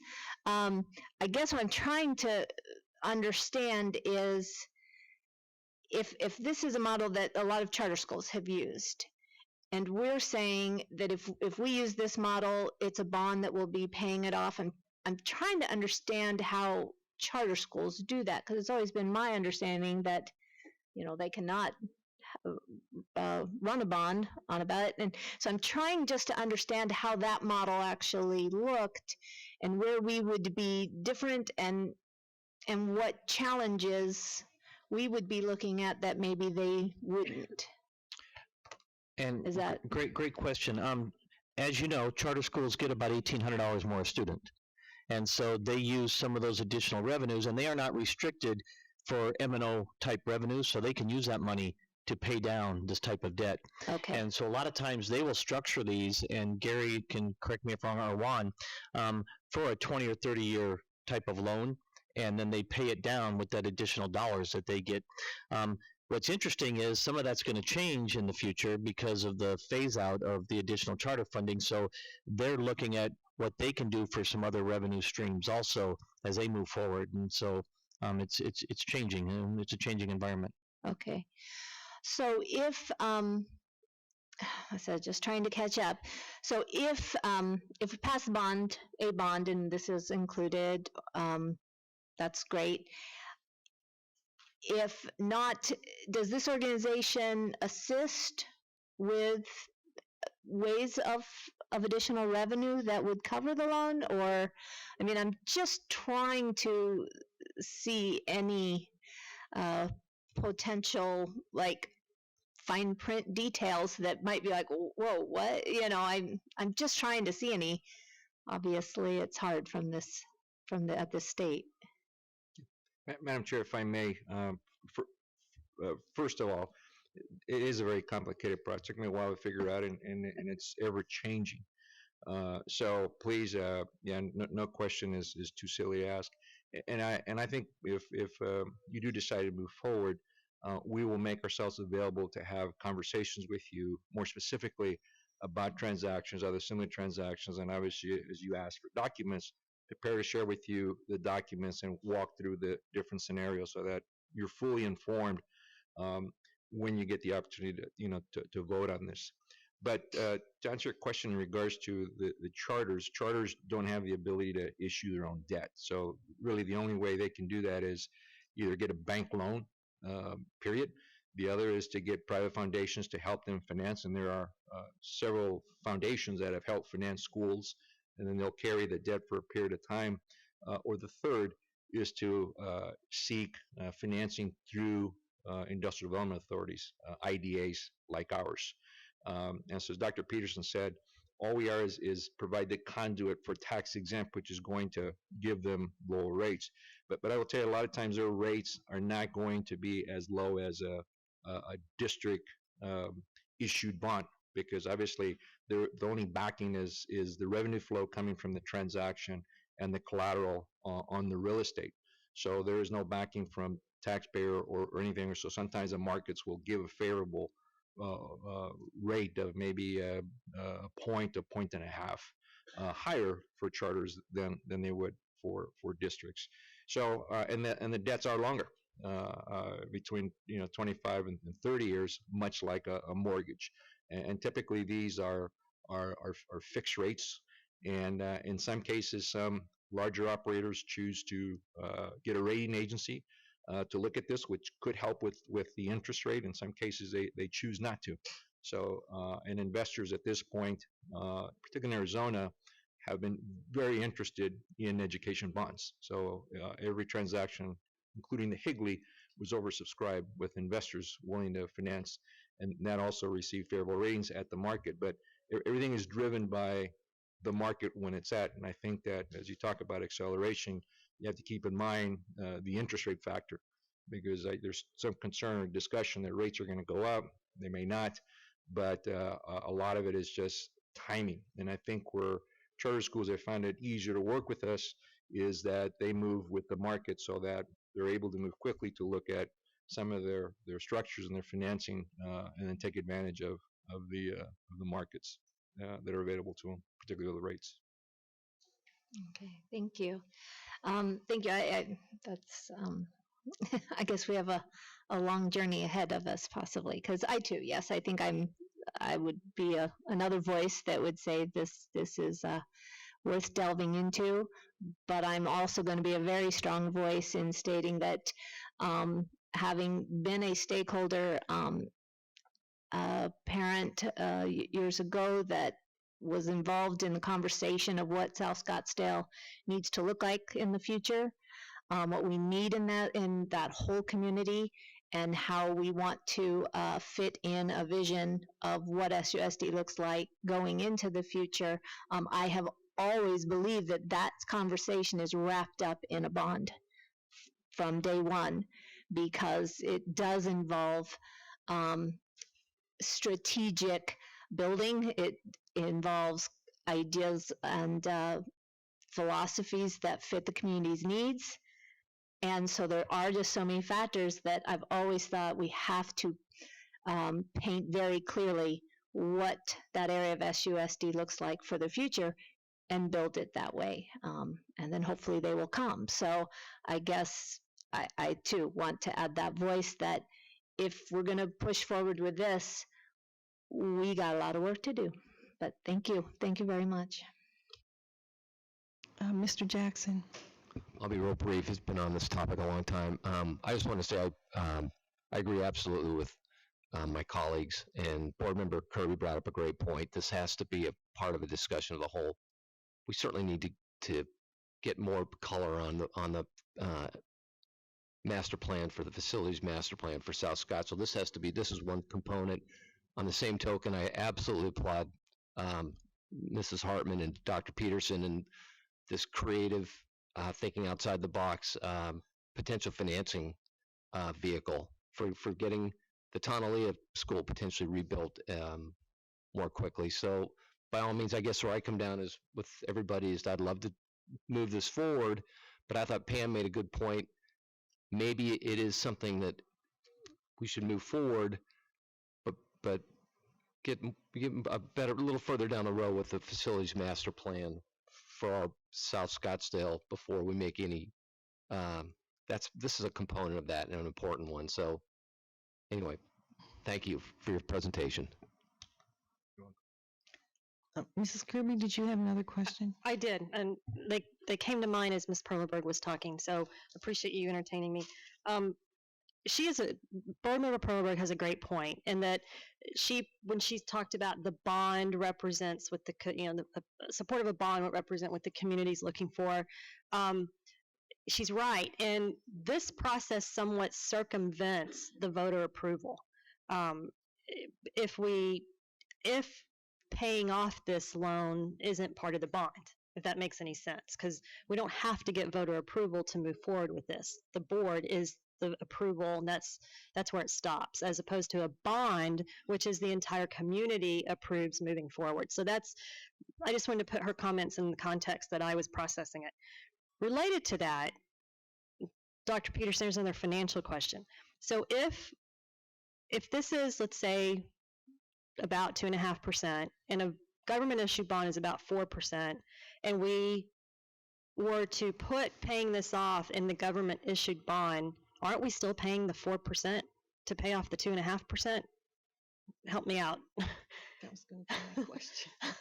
Or can we structure payments? How does that work?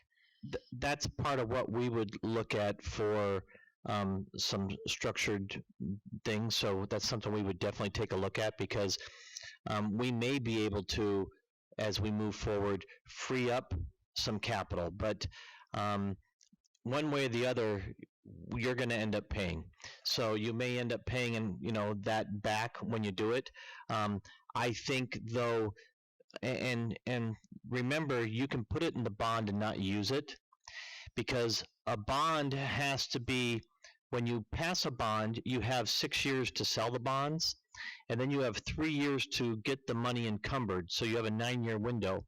So we could decide to put it in there, and if we get this paid off alternatively, use that money, because you have a 10% deviation in your bond too, for other projects, or have it revert back. So there's some opportunities in there to look at this and put this towards the end, and we can pay on the front end of it, especially if revenues come up in the state, which indications are at some point they will. Let's continue to do that. If we can get some of this achievement district dollars, we can apply that towards it. So there's multiple areas that we can look at to make that happen. So as you could bring this back in the future, could you add to the deliverable list for the board scenarios of how to pay this back, but not betting on anything with the state? And I think we would all understand why, because that's a very, very risky bet. So how would we do it on our own if we had to? Obviously, floating a bond would be first, very easy to understand. But then worst case scenario, what if a bond failed? What would we do? And then you handed us this packet. Thank you. You have a great website, and I was wondering if you just share your website with, because there'll be people watching the video and they can go take a look at it and educate themselves. Now you're putting me on the spot. No, it's www.phoenixida.com. I want to thank you very much. I too love thinking outside the box and finding creative ways to do things. Have actually getting more information gives me more questions, but I feel confident that we'll be able to send our questions in and find out a little bit more. One of my questions was similar to what Mrs. Kirby had said.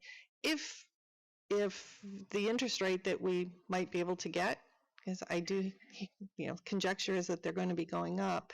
If the interest rate is at 2.2%, would we be able to, do we have to just pay interest only, or could we pay against the loan and keep that one building at 2.2% and not have to pay the 4% in a bond? Yes, yeah, you can, just like your mortgage, you can pay off early. Okay. And like I say, I'm sure that there's going to be a lot more questions. Let me look back at my previous page here.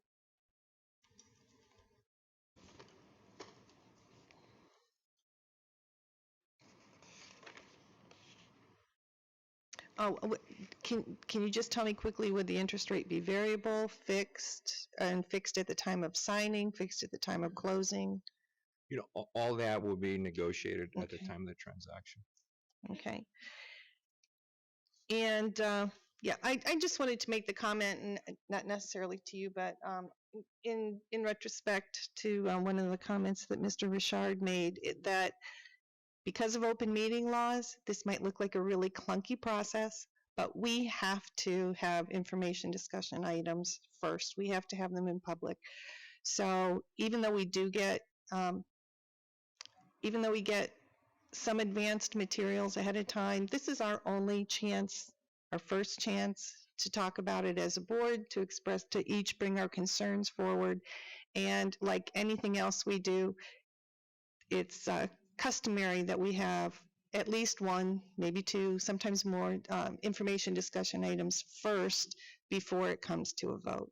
So I would ask anybody in the audience and anybody listening, to have patience with that process. That's part of the open meeting process. It's part of the transparency that we bring. We don't discuss something and vote on it the very night unless it's some kind of an emergency.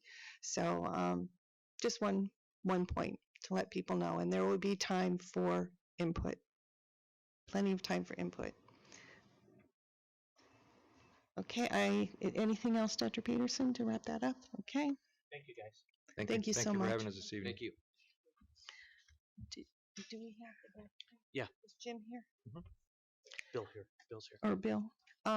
So we will now do item 8A, the back to school backpack program with the city of Scottsdale. Thank you, Madam President, members of the board. And as we have that session start, I'd just like to commend the board for having the discussion we just had, because we had some very intense community meetings. We made commitments to restore Tonalea, and this is a step in doing that. So to me, we should never apologize. We should recognize and celebrate that we are doing what we said we were doing, and to me, that's the celebration. So if someone wants to criticize, let them criticize. We need to be celebrating. Hear, hear.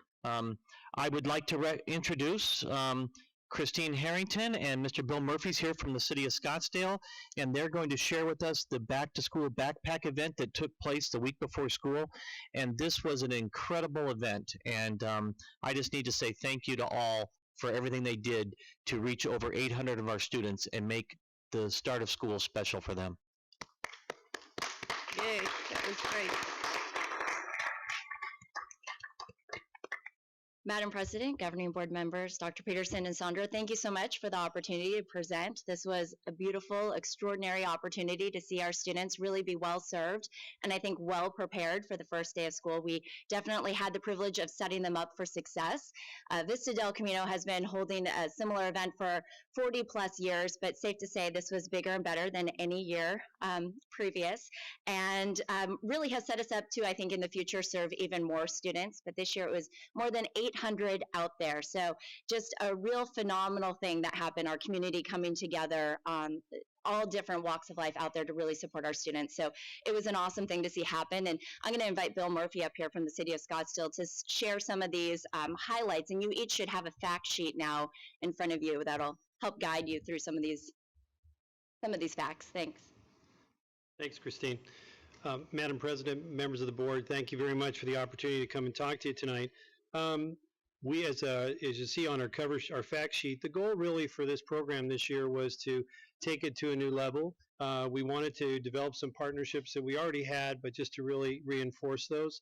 And I think that we were able to do that with the help of not only city resources, but the schools' resources, nonprofits, the faith community, and others, nonprofits who are out there in the community who wanted to assist us with this. So we really took about 3 months to plan this operation that we had at Scottsdale Stadium on August the 5th. And I really want to thank Dr. Peterson, because initially we get together to talk about some things occasionally, because I oversee the Community Services Division, so we have some things that we share ideas on. He introduced me to Denny Brown, who I had a conversation with, and things went from there to really grow. So we're really grateful for Danny's participation. But I really want to recognize for you, some of your own staff. Christine Harrington did a great job for us to get this all organized. We had all the TV stations there. We had a couple articles in the paper that were done, and really that was with her help working with our communications division, so we're grateful for that. Patty Bilby has most energy I've met of anyone in the nutritional support for the school district, and she was able to supply not only volunteers lunches, but each of the children breakfast and lunch that day, and so we're really grateful for that. And I know that's a new friend that I have now. And again, the community resource specialist, specifically Jesse Kinney, really helped us with that. And when we screen these children and their families, it takes a great deal of time. We've had a lot of our social workers at Vista Del Camino at Paiute Neighborhood Center do these. But as we started these meetings, we asked for help from the school district, and we got that. We really were able to achieve those reviews very quickly and have most of those ready before the kids left to go off to school or summer break. So as Christine said, we've been doing this for about 40 years down at Vista Del Camino. We've been averaging about 350 families this year. Obviously, we hit our goal of 800. But we really, from the city, just want to thank the participation from the school district because, again, we have a lot of programs that we do with you, with the after-school programs, our summer programs. We're grateful for the resources that you provide to us for our summer programs.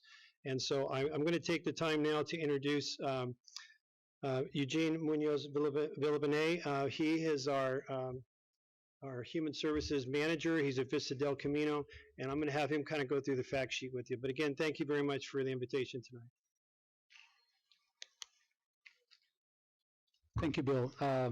Madam Chair, members of the board, thank you for the opportunity to address you this evening. This is actually my first school board address, so forgive me if there's a misstep there, but we're just extremely grateful for the partnership this year. I have some details. I know you have the fact sheet in front of you.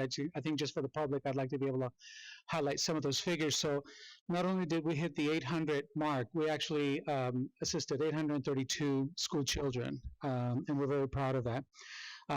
This was a true collaborative. There's a number of partners that made this a success, and there's actually 33 collaborating sponsors, and you see those in the back of your sheet. And that's actually, it's a groundbreaking year for us. And I think really, truly, the partnership with the school district was just one of those things that just really brought this thing to light. And it helped us address a particular need that we've known has been in the community for over 40 years. And so we are based in South Scottsdale off of Roosevelt. And so I have some other things that I'd like to be able to highlight. So Arizona Leos was one of our partners this year, and they donated over 3,000 pairs of socks. So if you can imagine what that looks like, I don't think any store you've ever been to, you'll see that many pairs of socks. So they also, through Arizona Leos, we had Lions Club that came out and was able to screen 399 students and 120 adults. And one of the pointing details there is that there were over 70 children that were identified to have some sort of a vision issue, and so that referral is going to be made to the school nurse, and so they're going to be following up for care for that child so that you don't discover 5 or 6 weeks into the school year that that child has a vision problem. So the Maricopa County Community Colleges came out and they were able to assist us in distributing coloring books. We actually had police officers from through Arizona Leos that came out and mingled with the students, in addition to the police officers from Scottsdale.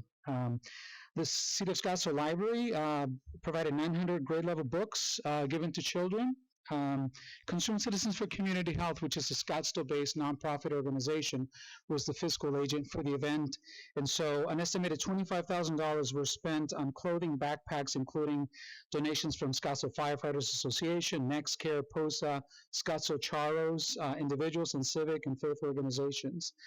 We're still processing the figures, and so that figure is due to increase as well.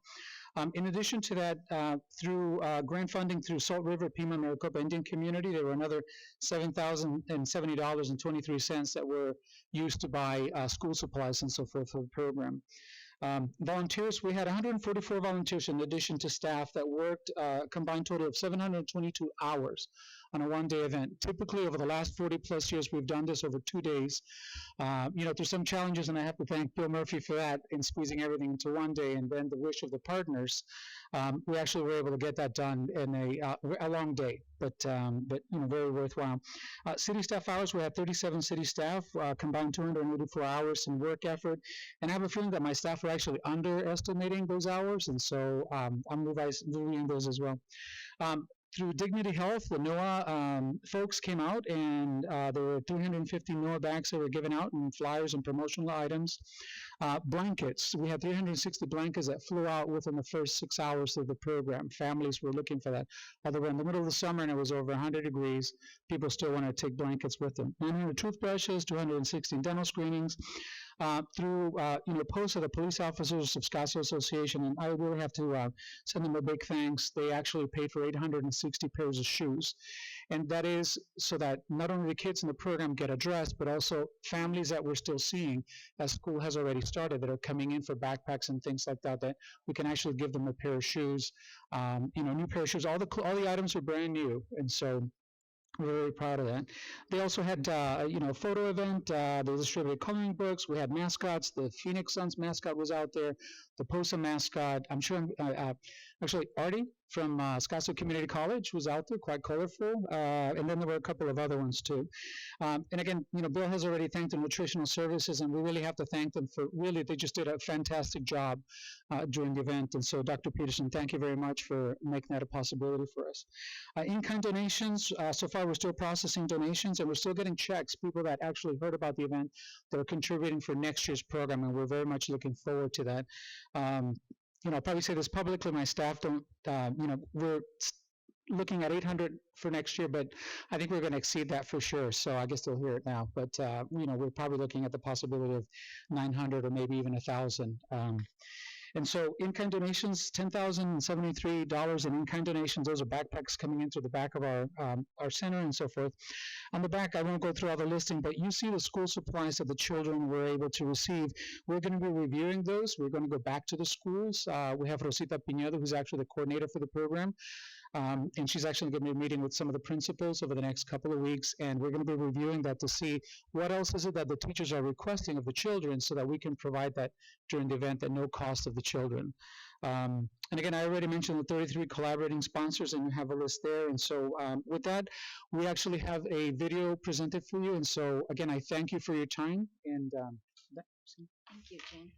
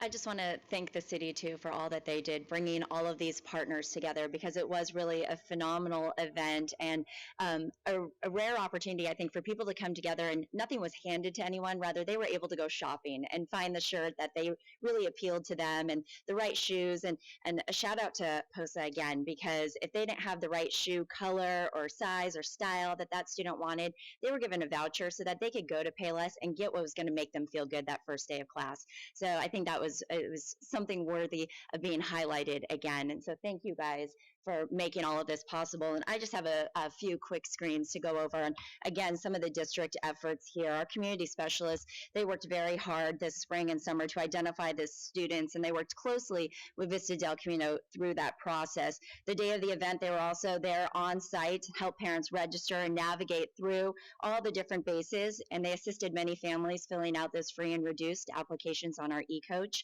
They played a critical role, especially when it came to serving our Spanish-speaking families. Again, this is a look at how those students were identified, and it's important to note that these students served came from all different schools district-wide, because in fact, there is a need district-wide. Again, we heard about Patty's efforts, and they were phenomenal as well. Nutrition Services identified Scottsdale Stadium as a summer food service location for the day, providing meals to all of the students under the age of 18. They also served breakfast and lunch to our volunteers. A total of 635 meals were served to children, again, under the age of 18. And by participating in the summer food service program at this event, these meals were fully reimbursed through the SFSP federal grant and came at no cost to the district. Here's a look at the e-coach out there on site. And again, this was an opportunity for many of our families to enroll in the free and reduced lunch program there on site. And now that these forms are filled out online, we heard from countless families that really appreciated the fact that now, again, this is another layer of privacy. They're no longer, handing in these forms there in person, but are able to do this online. And again, our community specialists were instrumental in helping that process along. Another look at some of our sponsors and their logos. There are countless ones, and I'm sure, we may have left a few off because there were just many philanthropic people and a number of congregations around the valley that stepped forward to help us all out. In addition to these efforts, Office Depot also donated 400 sack packs to the district. And so again, because we were able to serve 832 students, we recognize the need is far greater in our district. And so our community specialists are working to identify 400 more students and to distribute those. Safe to say there is a need, and we hope to see this program grow and to continue to work with our partners at the city. So thank you again. Do you guys have any questions? Board members? Go. Okay. Mrs. Perlberg. I had the privilege of visiting that day, and it can't be highlighted enough how, what a wonderful event was, how organized, and it became very clear that the screening process for the families and the way that they got to come and really get what they needed, what they liked, and like you said, the pay less to learn that we don't have your right size, it's not going to go wasted. You can go in and get the right shoe for you. I was just so impressed by how it was organized and run, and it was just very positive. Thank you. A lot of fun too. Everyone was smiling, so I think it was a great day. Mrs. Hartman. Thank you. I just wanted to thank the community members that are still here and all those that are on the screen for just an amazing collaborative effort. I just think this is a great example of what great community collaboration looks like, and it's about Scottsdale and SUSD setting the bar high, and I just am really excited that we were able to start over the summer, because this is a 365 days a year effort. And I will also say I think it was the hottest day of the year when I was out there. But it was great, and everyone was in great spirits despite the weather. It was super. So thank you. It was warm, and I can tell you, though, we are already working and planning on next year. And so Rosita Panetta will actually be attending our principals meeting on Thursday, again, making those connections and better understanding already how we move forward to make it even more successful next year. Mr. Jackson. I'll be brief. Just like my colleagues, it was a wonderful event, and just like Board Member Hartman just said, the collaboration was incredible. I was having a lot of dialogues with Denny Brown, ex-governing board member, and he was so excited about and telling me about the collaboration. I didn't get it till I got there. It was, it took your breath away. It was just an amazing day. I was speechless, and like my colleagues have said, I was proud that be a part of this community, and what a great day. Thank to everybody. And I wanted to say the same thing. It felt like such an event. It almost felt like it was, I don't know, it was just fun to be there. And the parents were having fun. The volunteers were having fun. I wanted to thank Patty for making sure that I got to meet all of the nutrition service workers that were there that day. And they were, everybody was just in such a great mood. And it was really a celebration. And I wanted to thank the people that took the time to do a lot of planning, because it really was such a smooth operation. And I know it takes hundreds of people to do the volunteers to be there. I felt kind of bad that I was just there observing. I wanted to, it's like, next year you can count on me. I will take a seat, help out somehow. But besides just the donations, it was just a wonderful atmosphere, and it's just amazing what happens when you bring a lot of dedicated, kind-hearted people together. I've never been a part of anything like it, and it was a privilege, and I look forward to next year for sure. Right. Thank you, Christine. The next item on the agenda is item 8D, update on summer bridge programs and summer school programs. Thank you, and again, thank you, Bill, for coordinating with the city. Fantastic, and that's just thank you guys. Now we have Dr. Karen Benson, Dr. Chris Thuman that are going to share with you the work that was done this summer with our students to support learning as we continue through the summer. You'll see that we had some great outcomes, and it was because, again, a lot of folks that put forth a tremendous effort to support our kids. Yes, thank you, Dr. Peterson, Madam President, governing board members. I wanted to make sure I have my first slide is about collaboration and some of the groups we worked with this summer, so I wanted to recognize Bill Murphy and the city as they're leaving on their collaboration piece that we have with our with some of our schools with the summer programs and as well as the before and after school programs during the school year. So I just wanted to rush that in case he heard it on the way out. Besides that, yeah, we had a really good summer this year. Each summer is technically in the last 4 or 5 years since I've been at this position has gotten increasingly better, but this summer was notably successful across the board in many areas for community ed and actually as well as with curriculum, that Dr. Benson will share in a minute. I wanted to talk about the collaboration just real quickly about the Community Education Department, of course, but with Jesse Kinney and DSAG and Title I funding, the site principals. A prime example, which I'll talk about in a minute, is like at Yavapai, where Nancy at Yavapai allowed Tonalea and Holcomb students to also come to Yavapai, so we centralized the program so we can get more kids at one space, make it a more robust program, get more resources and guest speakers and other things involved that was more cost effective. So that kind of collaboration where Amy Uchez at Pima did the same thing, as those principals come together and brainstorm and come up with some unique ideas, it helps make the programs better and becomes more robust for everyone involved. Sheila Seapress and Native American Eds and their funds, Midwest Sun Student Services, a lot of good collaboration from high school to the 21st century to the pre-K program, even the Kids Club when students have needs. A lot of good work amongst people within the district, and of course I wanted to note the city. Great collaboration with them. Oh, and I don't think we mentioned her tonight, but Patty Bilbrey, Nutritional Services. Yeah, she does a few things in the summer too. Oh, I got her face red. Yes. The first section I wanted to go over is kind of, when somebody says summer programs and they see me, one of the biggest things they think about is high school summer school. High school summer school this year, we have our online, obviously our online options that we've had now for 5 years, but we also have the program at Coronado. We had 3,330, there's a lot of threes, so just over 3,000 students complete courses and receive credit. That means not the students who came and may have not continued, or students who struggled or withdrew. We had over 3,000 students complete and receive passing credit this summer for school. So either they're behind credits or they're accelerating to make room on their schedule for the fall. That's a pretty big number. Last year, we just got to 3,000. I believe we just cracked 3,000 by like 15 kids. So that's been a nice steady incline the last few years. We also had 265 students receive scholarships for summer school. So whether it was through Native American Ed or whether it was through Student Services Dropout Prevention Grant Funding or EVIT, we had EVIT had a significant amount of scholarships with their scholarship and EVIT students who go over there and still work in the summer, but they take classes with us to, econ, history, some of the classes that are the required ones junior and senior year to get out of the way so they can make up room to have room for their block schedule to go to EVIT and work on those other vocational programs.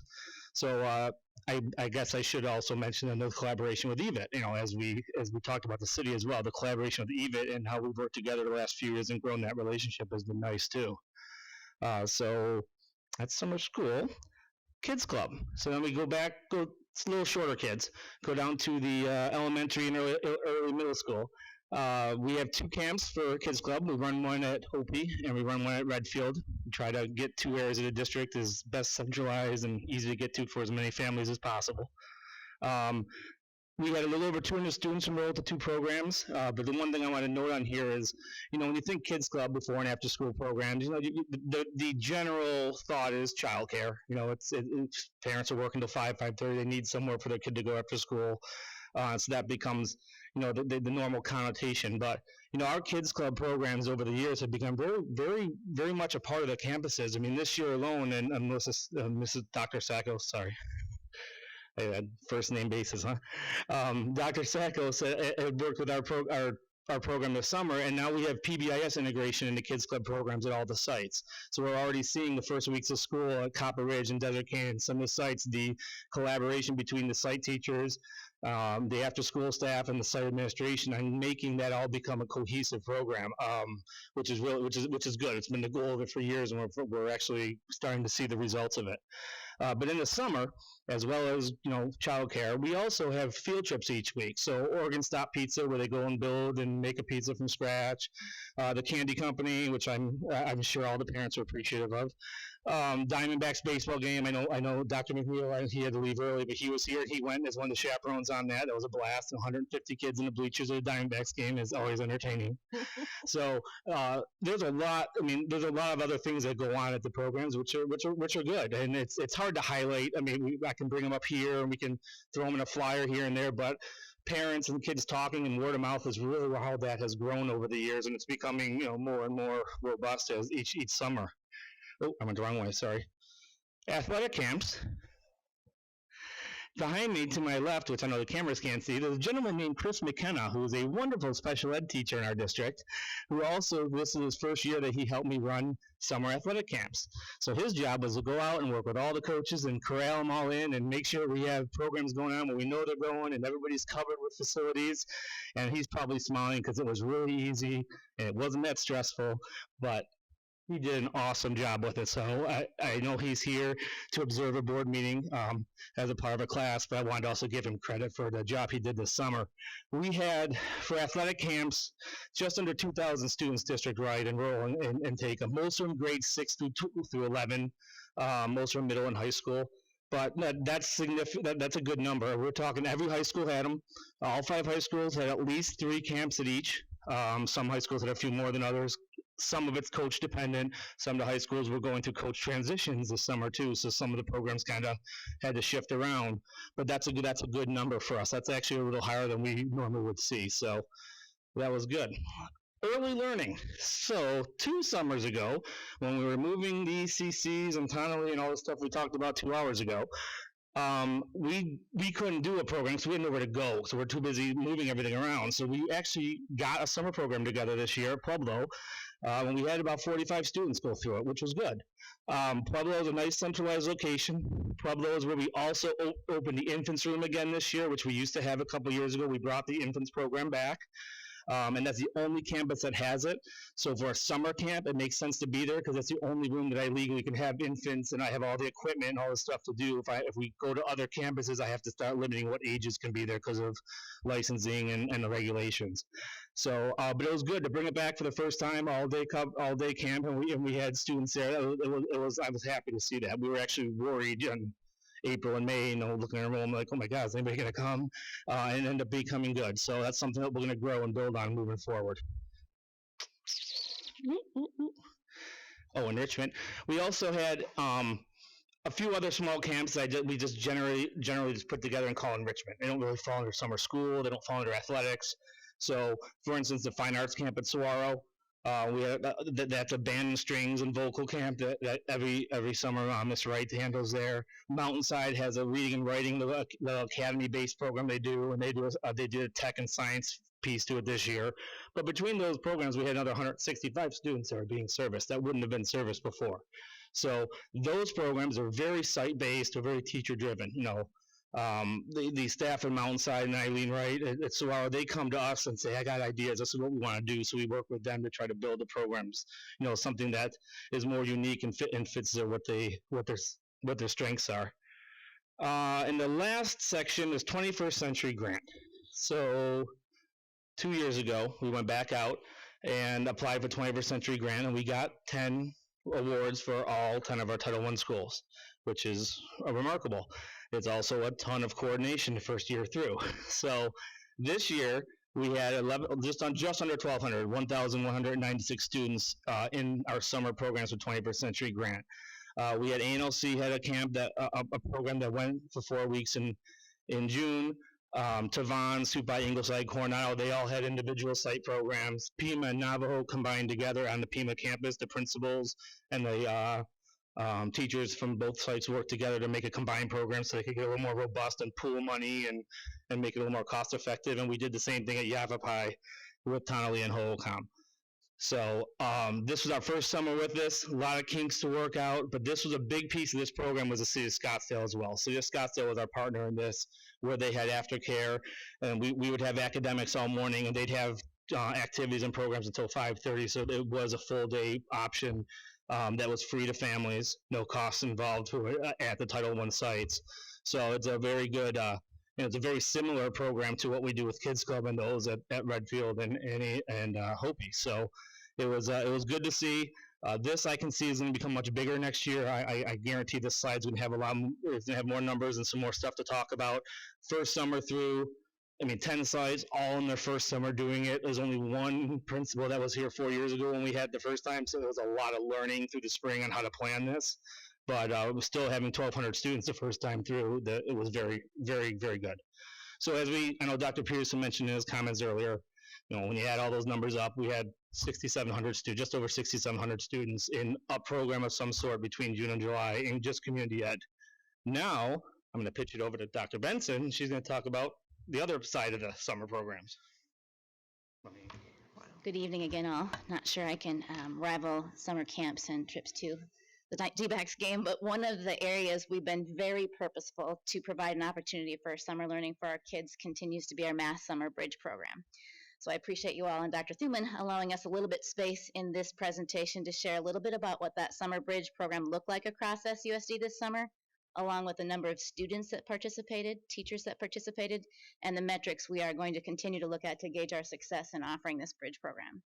You might remember that we offered the bridge support to our 9th grade students at each of our high school campuses the previous summer.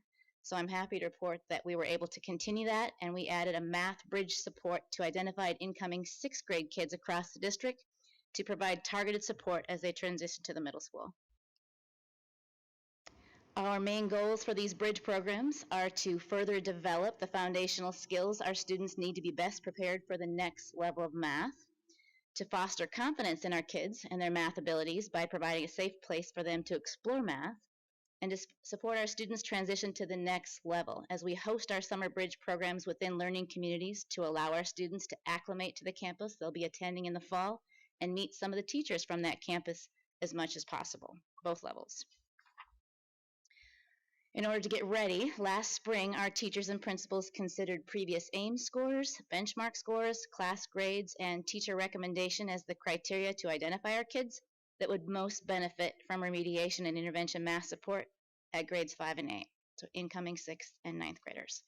And then each of our elementary and middle schools work with the feeder school that would be hosting their kids for this opportunity to ensure a coordinated effort of inviting students.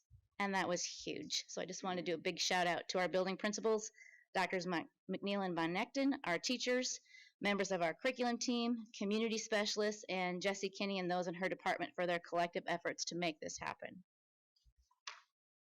4 of our middle schools agreed to host in our pilot year this year in conjunction with other summer program offerings that they had going on that you heard about and that were referenced in Dr. Thuman's part of this presentation. And then we tucked in our kids from other learning communities to ensure all 5th grade students identified had an opportunity to participate in this summer bridge program. I'm happy to share that when areas started to get full, other middle schools tucked in kiddos, so we didn't leave anybody out that was interested in participating. So Mojave picked up some of our kids from the Chaparral learning community when Mountainside filled. We had 7 teachers leading the learning at the middle level this year, and in our first year, we had 149 incoming 6th grade students participate. We encouraged our middle level sites to structure the bridge program in ways that would work best for the kids that would be attending at their campus in conjunction with other programs that they offered. So depending on the site, participating students received between 18 and 72 hours of targeted math support this summer, as the models look different from site to site. If you recall in Dr. Thuman's presentation, sometimes like at the Mountainside facility, they had half-day participation of their kids, and a piece of that was math instruction. And at other campuses, sometimes the entire chunk of that time was for math instruction. So we allowed our sites to have the autonomy to decide based on what they already had going on there in our pilot year. Prior to the start of our programs, Kelly Davis, our elementary math curriculum specialist, and Ronnie Scholes, one of our middle-level school-based coaches, brought in our middle-level bridge teachers and shared resources to support their best instruction for these purposes. We emphasize Eureka Math this year as the primary curriculum resource for our middle level math bridge program. We did that because it places an emphasis on place value, decimals, and fractions, which our middle level teachers continue to share. Our kids need more support in developing before they enter middle school. And this program does a really nice job of balancing fluency with real-world applications and conceptual development of math. And it uses lots of manipulatives and applications of problems so our kids can make sense of math. Kelly and Ronnie also shared a list of free apps and online resources our teachers could access to support their instruction. We received great feedback from our middle-level teachers on offering this bridge program this year, and we have solicited their feedback and taken their recommendations for adjustments moving forward as well. While some of our high school campuses used to offer math support programs for incoming freshmen in the past, kind of in isolation, as I mentioned before, last year was our first summer, and this was our second summer of offering Math Bridge at all high school campuses across SUSD. We had 15 teachers providing instruction to 166 incoming freshmen in June and July this year. Again, we encourage site autonomy in the Bridge program to allow our campuses to be able to host during the dates and times that work for them, and based on their teachers' availability and the programs already happening at their campus. But it's really important to note, and I appreciate my colleagues allowing me to clarify this from this morning's presentation, the students identified for bridge remediation at the high school level were expected to attend at least the 48 hours of instruction, more typical and in line of a summer school course. We had 146 of the 66 students enrolled participate that and earn a 0.5 credit to be situated on their high school transcripts. Also wanted to clarify what you're seeing there in terms of autonomy and structure and why you see 16 to 48 hours. That varies per teacher participation, because we had some sites that chose to have one teacher or two teachers collaborate and teach the entire thing, and we had some sites that targeted teachers to teach different things, teaching week 1, week 2, week 3. So we allowed our sites to do that, but our kids at the high school level were expected to attend the full 48 hours. Well, we had a few programs that happen outside of our Bridge program that look more like enrichment. They're not part of this presentation this evening. That could be a separate presentation because we have some good things that happen there as well. But we identified Bridge kids and the supports we provided to those students in this presentation. As we did with our middle level teachers, we brought in our high school teachers to allow Ann Foster, our secondary math curriculum specialist, to share curriculum and other resources to support their instruction prior to the start of Bridge as well. Data and indicators we're using to measure the effectiveness of our Bridge program this summer include 3 you've already heard about, kind of baseline levels of students that were served and participated in our program, their attendance, and the number of half credits earned for those participating in the Bridge program at the high school level. Additional indicators we'll be monitoring this year include the grades that are earned by our 6th grade students in math, those that are earned by our kids in Algebra 1, benchmark scores where we have them, the credits that our students earn in Algebra 1, and their performance on AZ Merit in the years to come. Another important measure of our success includes the stories we continue to hear from our students, teachers, and principals. I'm happy to report that many of our principals and teachers have already shared positive success stories from their summer work, including that attendance of students that committed to participate in our middle level Bridge program was close to 100%. Most important, we will continue to monitor the progress of our students we've identified for Bridge support, so this doesn't end here. We'll provide continued support at our campuses this year. Those support models look different from campus to campus, as Dr. Thuman referenced, where we have 21st century programming. At some of our campuses, these Bridge students have already been invited to participate in their after-school math programs. At some of our campuses, our Bridge students have been scheduled into Math for Success classes that we've talked about in Middle School Planning Guide conversations, or they've been scheduled into Algebra 1 support classes at the high school level. As one of our teachers recently shared with me just this last week, bottom line, these kids have not been forgotten and their progress is being continually monitored. Overall, our teachers and principals have shared that the 2015 Summer Bridge opportunities were valuable, not only in strengthening foundational math skills, but in beginning to build more math confidence for the students transitioning to the next level. Specifically, one of our middle level principals just shared this week. Our Bridge students reported a high degree of satisfaction with the program. They set goals for the 15-16 school year and reported a greater understanding of math and a higher level of confidence moving forward.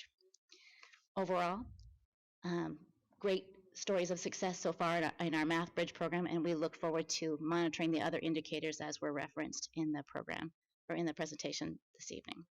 And with that, we'll entertain questions that you might have about the amazing things that happened this summer to support students' learning. Mrs. Kirby. Thank you both for your presentation. Dr. Thurman, do you have any ballpark idea of how much growth you have realized in your summer programs and over the past 5 years or so? Because those are some big numbers you're putting up as far as a number of students served. Board Member Kirby. I don't have them in front of me to give them to you. I do have those. I actually was looking at them just in summer school in general. And yeah, in summer school has been pretty consistent, about 200 to 250 kids a year for the last 3 to 4 years. We're going up.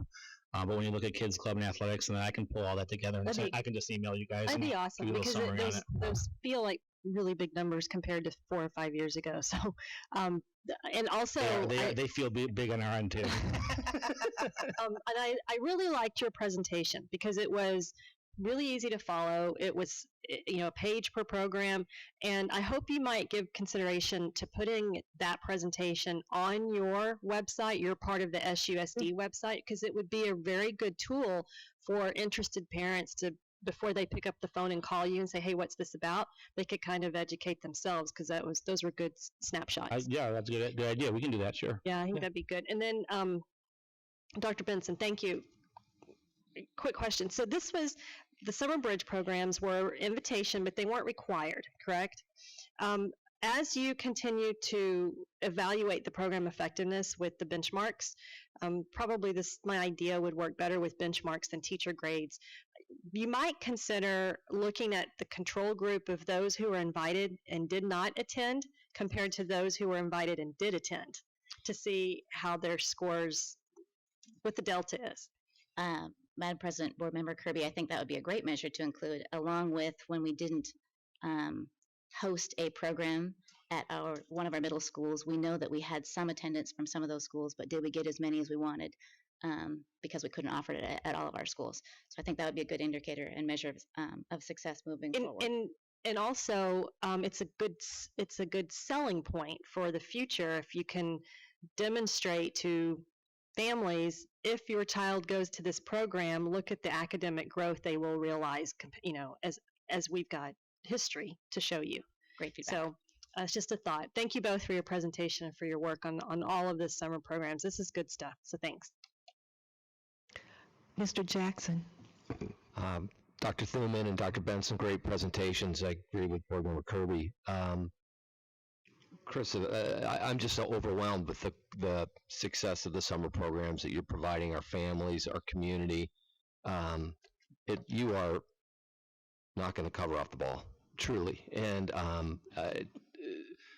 we are providing a lot of support for our families in this community. And I think, Dr. Peterson talks about it a lot of time. It's more than just, we're integrated into the fabric of our community, and we make sure our families are taken care of year-round here. And what you're doing and what Patty does with nutrition services in the summer, I'm so incredibly proud of what we're doing for our families in Scottsdale. Keep doing your great, I can't believe how much success you're having, and keep it up. And Dr. Benson, I'm always delighted to hear what we're doing to support our students that are struggling. So keep it up. Thank you. Thank you. Mrs. Hartman. Thank you. Really just a big thank you to Drs. Thurman and Dr. Benson. Just tremendous work, and I'm particularly impressed that we're actually, not impressed that we wouldn't be doing it, but it does take a lot of time to actually carry it forward and actually measure results. And it's a lot of effort. That's a lot of extra effort that I know that's being contributed by many of our educators. So just pass the thanks along, and just tremendous work, and really inspiring to see us just continuously enhance, improve, expand, serve more. So thank you very much. And I just very briefly wanted to say thank you so much. I mean, the big thing is we're about service, and when we identify the needs in the community, we're so quick to respond. And this is a perfect example of that.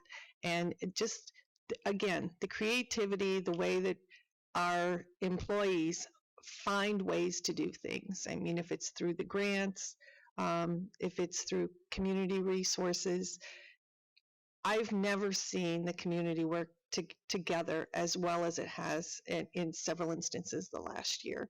And I really want to thank everyone because it takes a lot of time to develop those relationships. It's really about relationships and knowledge. And so just thank you so much for serving our kids. It's wonderful. Thank you.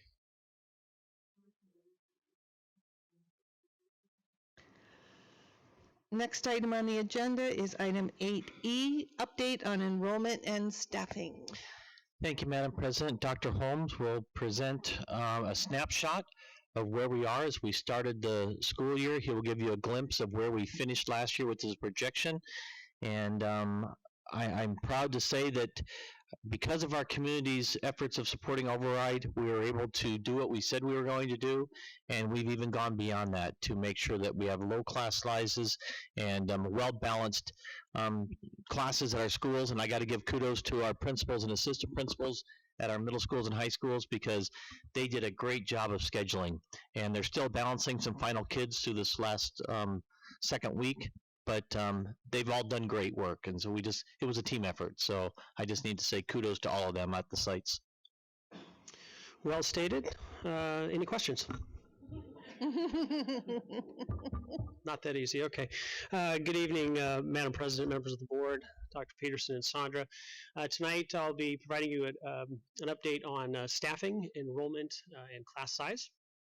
As I did in my June presentation, I'm going to go ahead and present directly from the data to begin the presentation. So let's go ahead and take a look at the first tab here. This is an updated version of what I presented in June. So I'm going to go through this much more quickly as I went into quite a bit of detail the first time I presented it. Just as a reminder, column B represents our staffing from last year. Column C represents, in June, was our projected staffing. This is now representing our actual staffing that we have in our schools now. Column D is the difference between the 2 years. E and F break out specials and band and strings. G is what we would have staffed had the override not passed. H represents the difference between if we hadn't passed the override and what we are currently staffed at. So it gives a clear picture of what the override's supporting. And then we also included the FY15 40-day counts and the projected enrollment for next year. So in cutting right to the chase, in terms of the changes, the new positions are now at 69.18 FTE. There's been no change to specials, band, or strings. The new positions with respect to class size is at 31.87. The total support, M&O support for class size is at 83.6. And the total M&O support as a whole for M&O override is 120.91.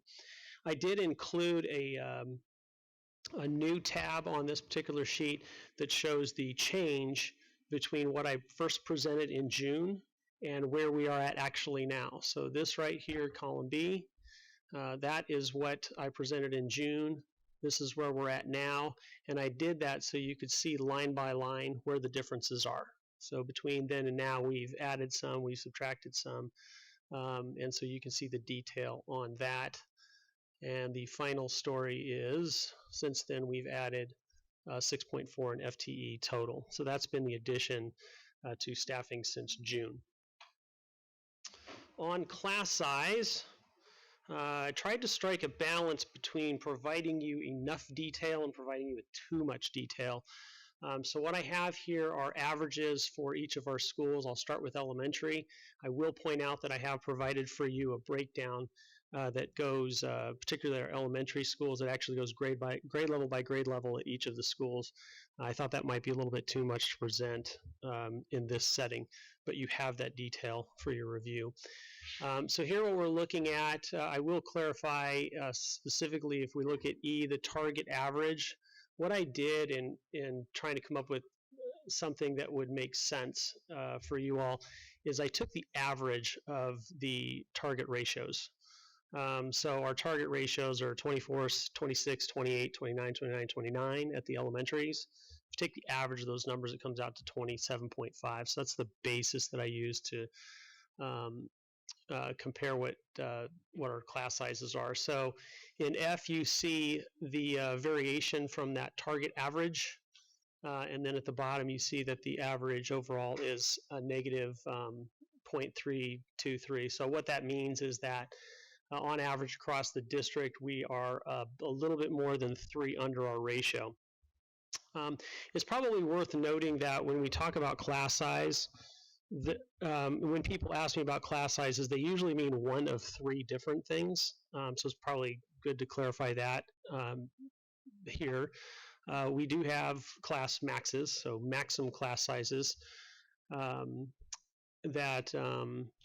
that we have in the district. We're very close to that in the last few years in many of our grade levels.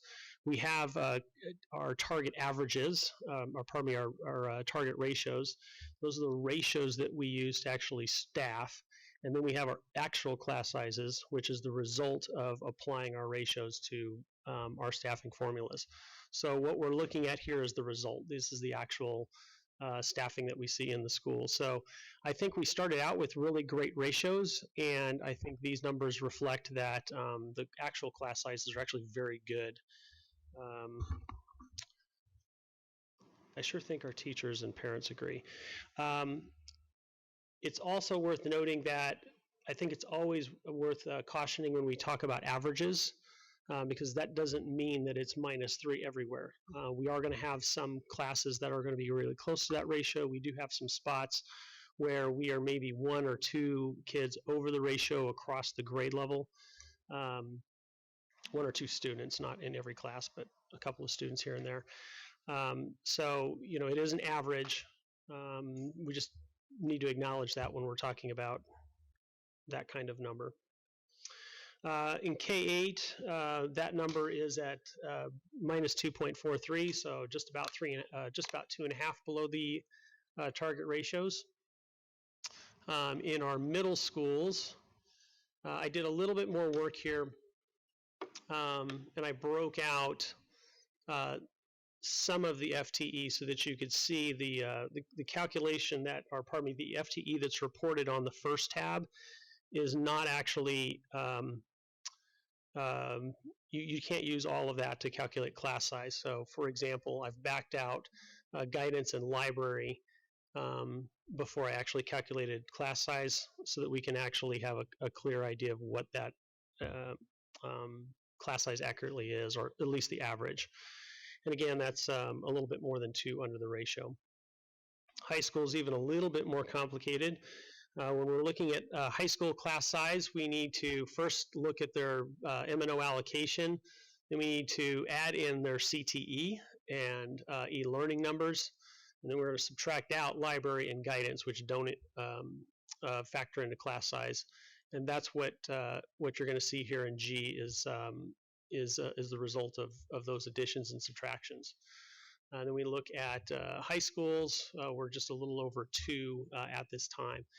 And that is, I should also say specifically, that's as of the numbers that I pulled on Saturday before school started. So some of these are actually a little bit lower now. And as I get into the enrollment discussion, I'll remind you of that, which is actually next. Okay, this is, I am going to go quite a bit into this. The bulk of the first half of this PowerPoint is exactly what was given to you in June. So a lot of that is the detail around the spreadsheet that I just presented. I kept it there so that you would have it for your review, but I don't intend to review it tonight. I'm going to go ahead and jump straight to enrollment. So for on the issue of enrollment, the first thing I'd like to say is I think the first thing we want to know is, are we up, are we down, where are we at? And I think it is important to be cautious about jumping to conclusions at this time of year. We're still in our first 10 days. So we don't, we're still in a time where we're actively looking at our warm body counts every day. We're trying to figure out which students that haven't shown up yet are not going to show. At the end of the first 10 days of school, we will take out any remaining students who have not shown up in the first 10 days of school. But having said that, I think I went a little bit further than I wanted to. The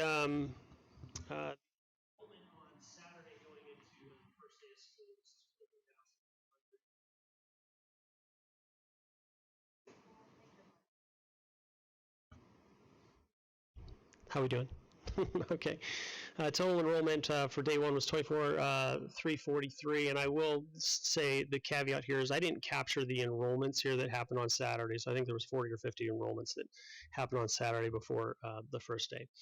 Now after day 6, we are at 23,855, so you'll see a decrease of 488 students in that time. That is normal.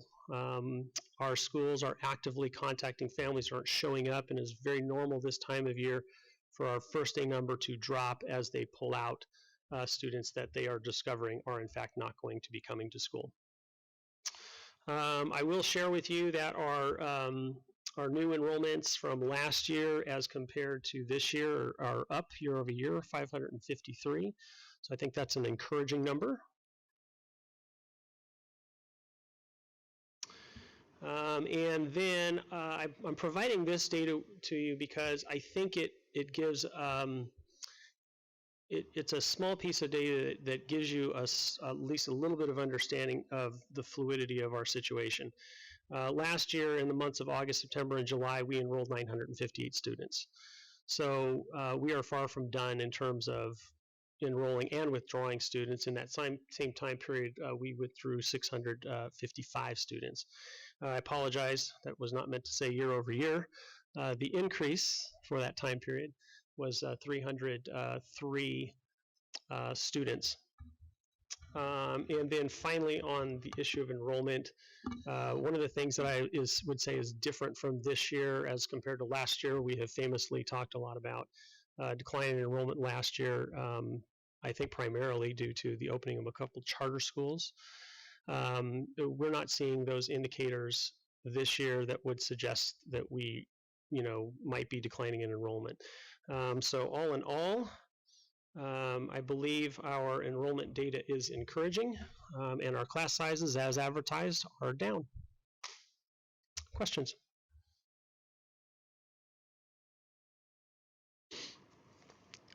Board members, Mrs. Kirby.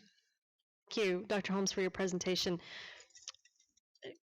Sometime in the past 2 years, I think, someone educated me, someone in the district, on the process or this concept that when families withdraw a student from SUSD, they don't always come and fill out the withdrawal paperwork. They'll just go to their new school, be it, wherever out of state, and they'll just enroll. And so for a period of time, a student could be double enrolled. And then something happens. I'm going to ask you to clarify this for me and refresh my memory and when it happens, where all of the schools have to send their enrollments to the state, and then the state runs it through a big black box, and then they spit it back out to the schools to say, here's where all the kids really are. And when does that happen? And clarify that process for me. Well, one of the things I will clarify is that, and you are going to you're reaching a little bit out of my area of expertise, but one of the things I will clarify is that if we have students enrolled on our rolls in the first 2 weeks of school, but they don't ever show up, they're actually withdrawn effective back to either the first day of school or the day before. First day. Yeah. Yeah. That doesn't happen so they don't actually, the when 10th we report day, to the after the 10th day. After the 10th day. Okay. So we actually, they would never actually be reported to the state. So we clean up our own data then? Yes. Okay. So I think what's important is the 10th day is for getting any no-shows completely off our rolls. Now, if a student shows up any time within that first 10th day, that first 10 days, we keep them and we get credit for those 10 days in there, the way the system works. So then the 40th day, the state gets 40th day data, and we look at that for preliminary data, and then the 100th day is what we get our funding for. It also needs to be pointed out that enrollment is not ADM. Right.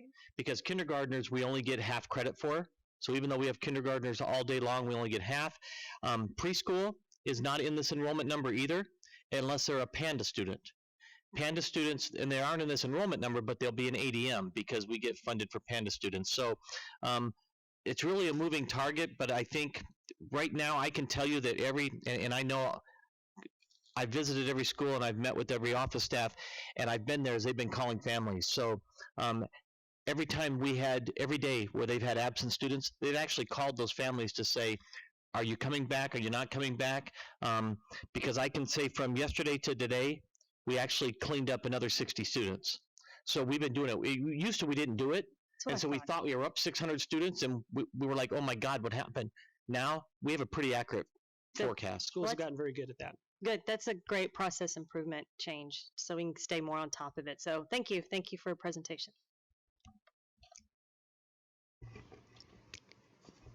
Mr. Jackson?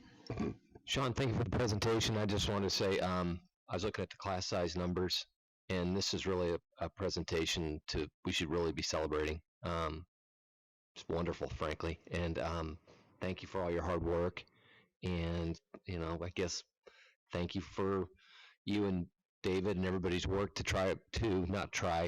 follow through on our commitment. Once again, we said a lot, our commitment to the community for supporting the override and these class size numbers.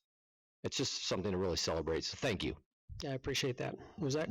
It was a pleasure to be able to staff at much better ratios this year. Wonderful. After 2 years of not so much. Yeah. And again, it's about the service. And so this is wonderful news, and I'm happy to share it with the community, and hope that things keep going in that same direction.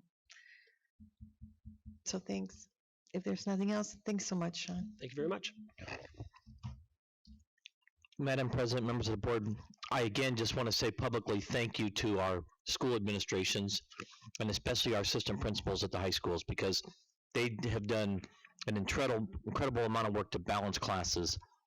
And as you know, last year at Arcadia, it was tough. We had a lot of classes that were over 40. We heard about it. This year, we don't have that. We have 2 classes right now that we're monitoring that aren't over 40, but they're close, that are senior econ classes.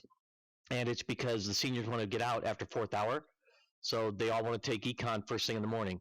So, we could easily add a section, have it later, but seniors want to get the heck out of there. So that's a tough one dynamics-wise. But other than that, we are in really good shape, and it's because our assistant principals have done phenomenal work, and we just need to say thank you to them. Thank you, Dr. Peterson.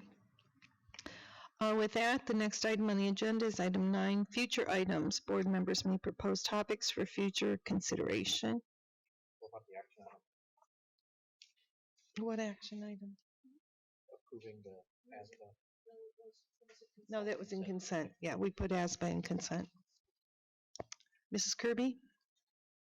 And this can be study session. I would be interested in a follow-up to Ms. Benson's presentation on the bridge program and the effectiveness, because we're making an investment in that program, right? And so, we got to temper ourselves because it's new, but clearly we want to know, is that investment paying off? So at some point when you get your benchmark data, maybe in the first semester, we can talk about that again. Thank you.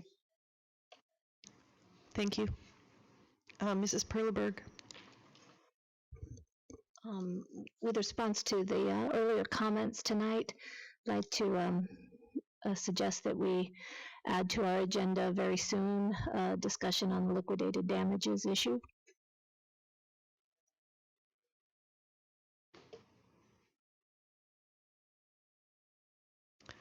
Thank you. Did you have anything else, or is your buttons? Okay, that's it. Okay, seeing nothing else, item 10 is dates of upcoming meetings. Tuesday, September 15th at 5 p.m., there's a regular governing board meeting. Thursday, October 8th at 2 p.m., a study session. Tuesday, October 20th at 5 p.m., a regular governing board meeting. September 17th. Oh, September 17th at 4 o'clock will be part 2 of the board retreat.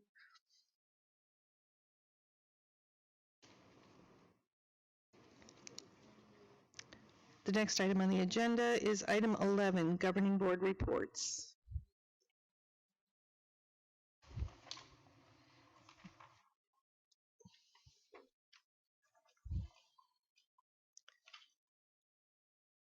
Mrs. Hartman. All right. I know this is a new item on here, so I just wanted to, I guess the objective is just to share our activities that we're doing in the community with the schools elsewhere. Right. This really isn't a new item on the agenda. It's something we've always had, but for the sake of brevity we've kind of skipped over it in the past. But I think it's an important part of an open discussion, yeah. Okay. So I guess just for the community benefit, the various things that I've been working on since our last board meeting.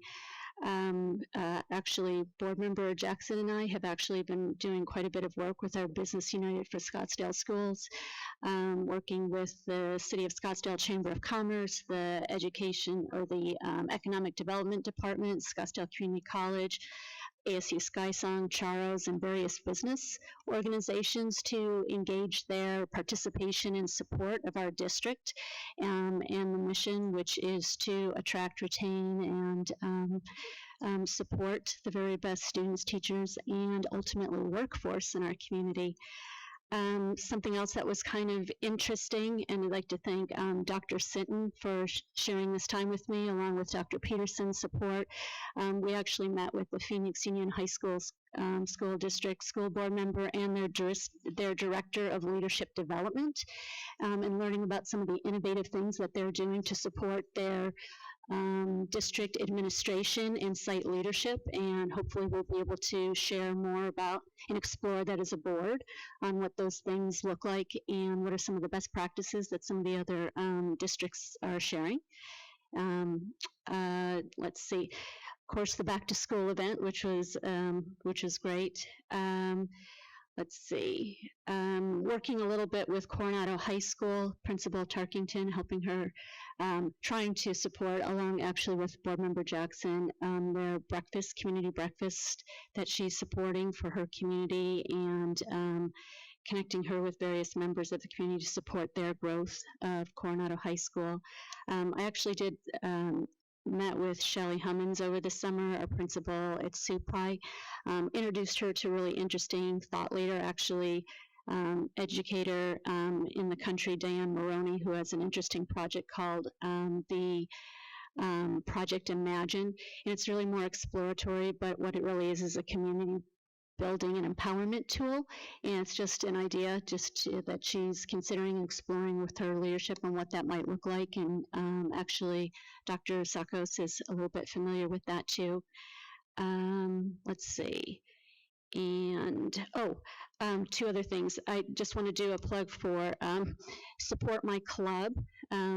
Actually, Cliff is pursuing this, and I think there's quite a few people engaged with this at this point, but really it's trying to get it in the right hands of the right people, and really Support My Club is an organization, community that connects high school needs, both at the athletic as well as the clubs, with community support, people who want to support it. So it's through a website. So a shout out to APT presidents, if they're interested in supporting their clubs.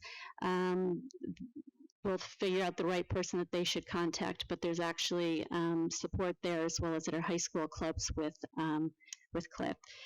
And one other thing I just wanted to mention is that I was invited and accepted a board position with the Center for After School, Arizona Center for After School Excellence. So any way I can extend that support to support our district, what they really address is academic excellence. The part of the school, the 75% of the day that our kids are not in the schoolroom. So whatever that might look like, I don't know. It's one of those things I said yes to before I completely understood what it is, but it supports public education in general. So anyway, I can use that to support our school, our administrators. I'm happy to do so as well. So thank you. It's actually an award-winning organization. They have really, really great ideas and staff and connections. So thank you for doing that. That's great. Sorry, my computer decided that it was going to upgrade itself during this last 10 minutes. So Mrs. Kirby. Thank you. In July, I was approached by the director of the Phoenix Rush Soccer Club, which is based in Scottsdale, and they practice at the Jewish Community Center on Scottsdale Road. Came to Scottsdale Unified first, had 5 to 6 full scholarships for 8th grade boys to play soccer with the club. That's a big chunk of change because to play club soccer all in with uniforms and trainer fees and team fees, it's easily $3,000 to $4,000 per student. So I connected the director of the club with Cliff, and hopefully they were able to identify 4, 5, or 6 8th grade boys in our district who qualified for support and could have accepted that scholarship. Great. Over the summer, I met or spoke with principals, teachers, parents, and community members in each of our 5 learning communities.